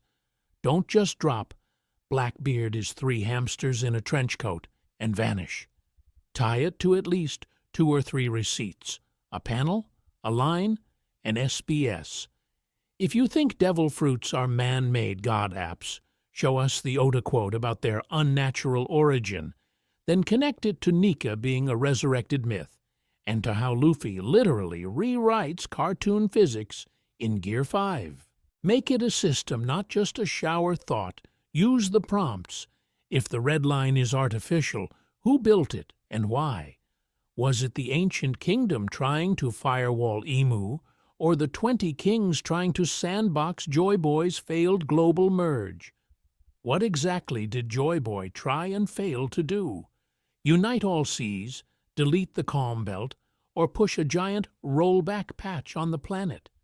Is Blackbeard a bug in that OS, or a deliberate feature designed to carry multiple instances of will? Mini challenge time. Explain Luffy's Gear 5, Emu's island-erasing laser, and the road poneglyphs with one unifying metaphor. OS architecture, quantum will, myth server logs, whatever. If Gear 5 is root access to imagination, then what is Emu's attack, admin-level format command? What are the road poneglyphs, hard-coded system documentation the world government can't delete? To which I say, if your theory sounds insane but you can back it up with panels, you're doing it right. One Piece is literally a series where a crying clown accidentally becomes an emperor. Our bar for too much is underground. And to be fair, we don't want an echo chamber. If you hate the whole OS framework, fantastic. Propose a completely different macro theory that still explains Emu, the Void Century, the D, and the One Piece as one unified idea. Make the comments a living theory lab. Reply to each other with extra evidence, counterexamples, alternative readings. Argue, but don't be a world noble about it.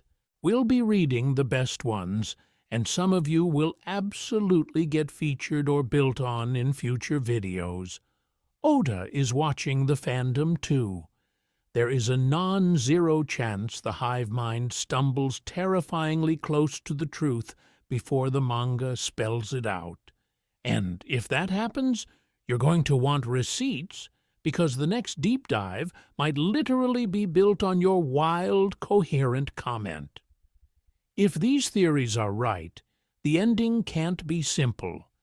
And if the hive mind does stumble onto the truth, we need to talk about what that actually means, because as far as endings go, a lot of people still secretly want Luffy becomes Pirate King, everyone parties, roll credits. To which I say, mate, that's the East Blue ending.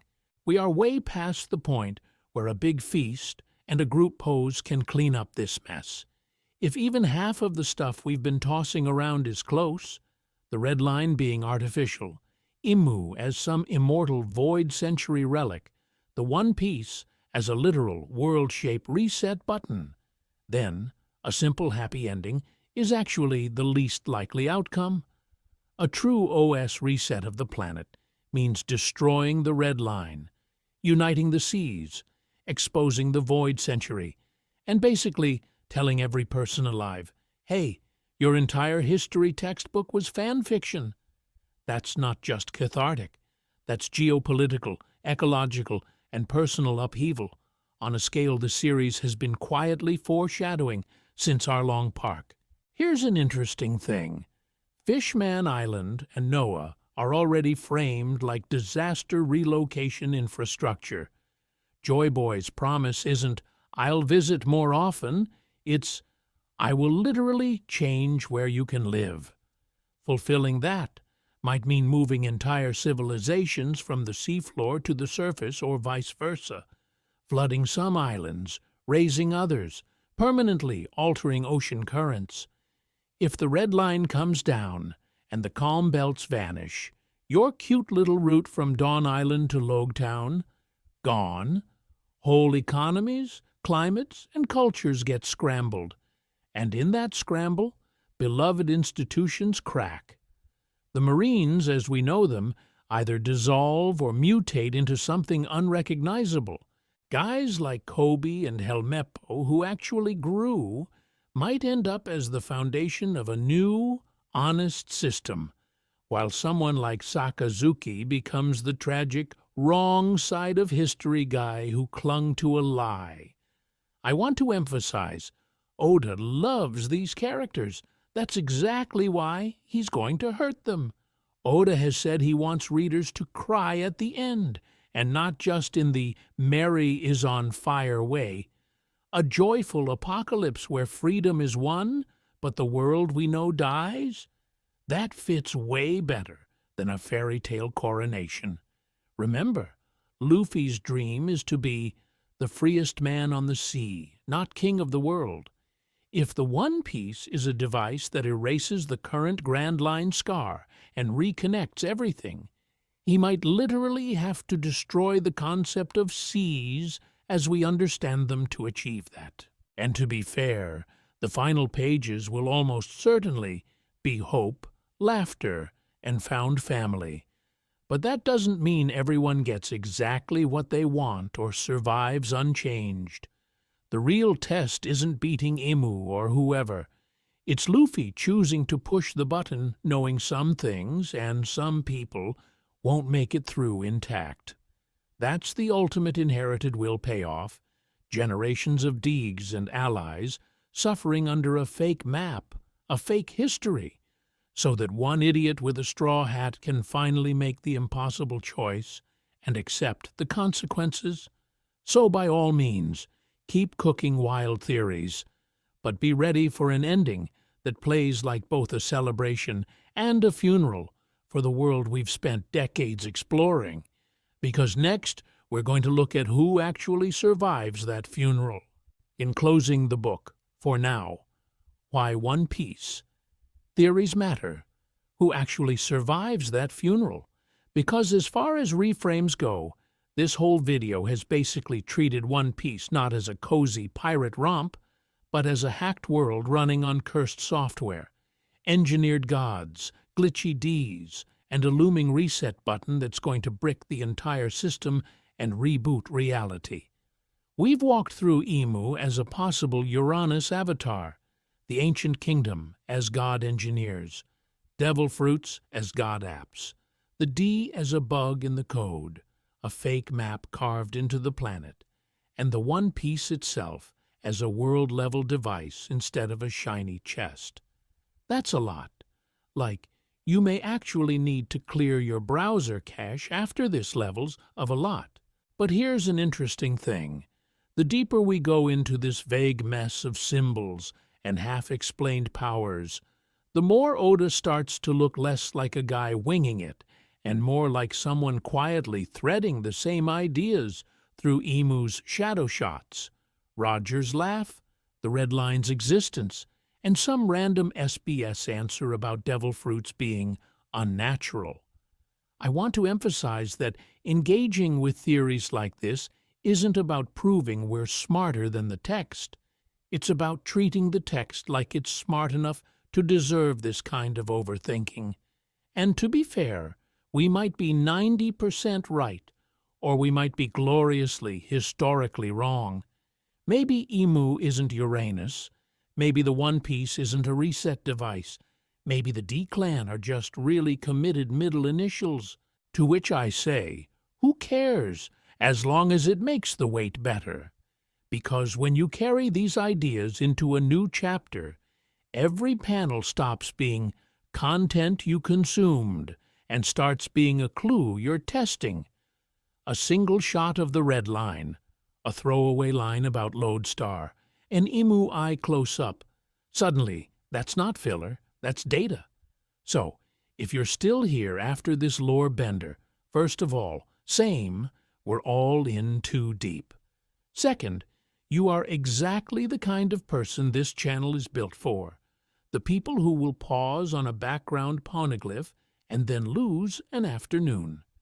Thank you for sticking through a dense, theory-heavy breakdown and letting us throw this many wild ideas at your brain. If this episode made you see the story even a little differently, hit like so YouTube's ancient weapon of an algorithm knows this kind of power-scaling nonsense is worth pushing. If you want more long-form theory breakdowns, subscribe. And if you never want to miss the next big lore session, ring the bell so you actually see it before Oda drops another chapter that breaks 3 of these ideas in one go.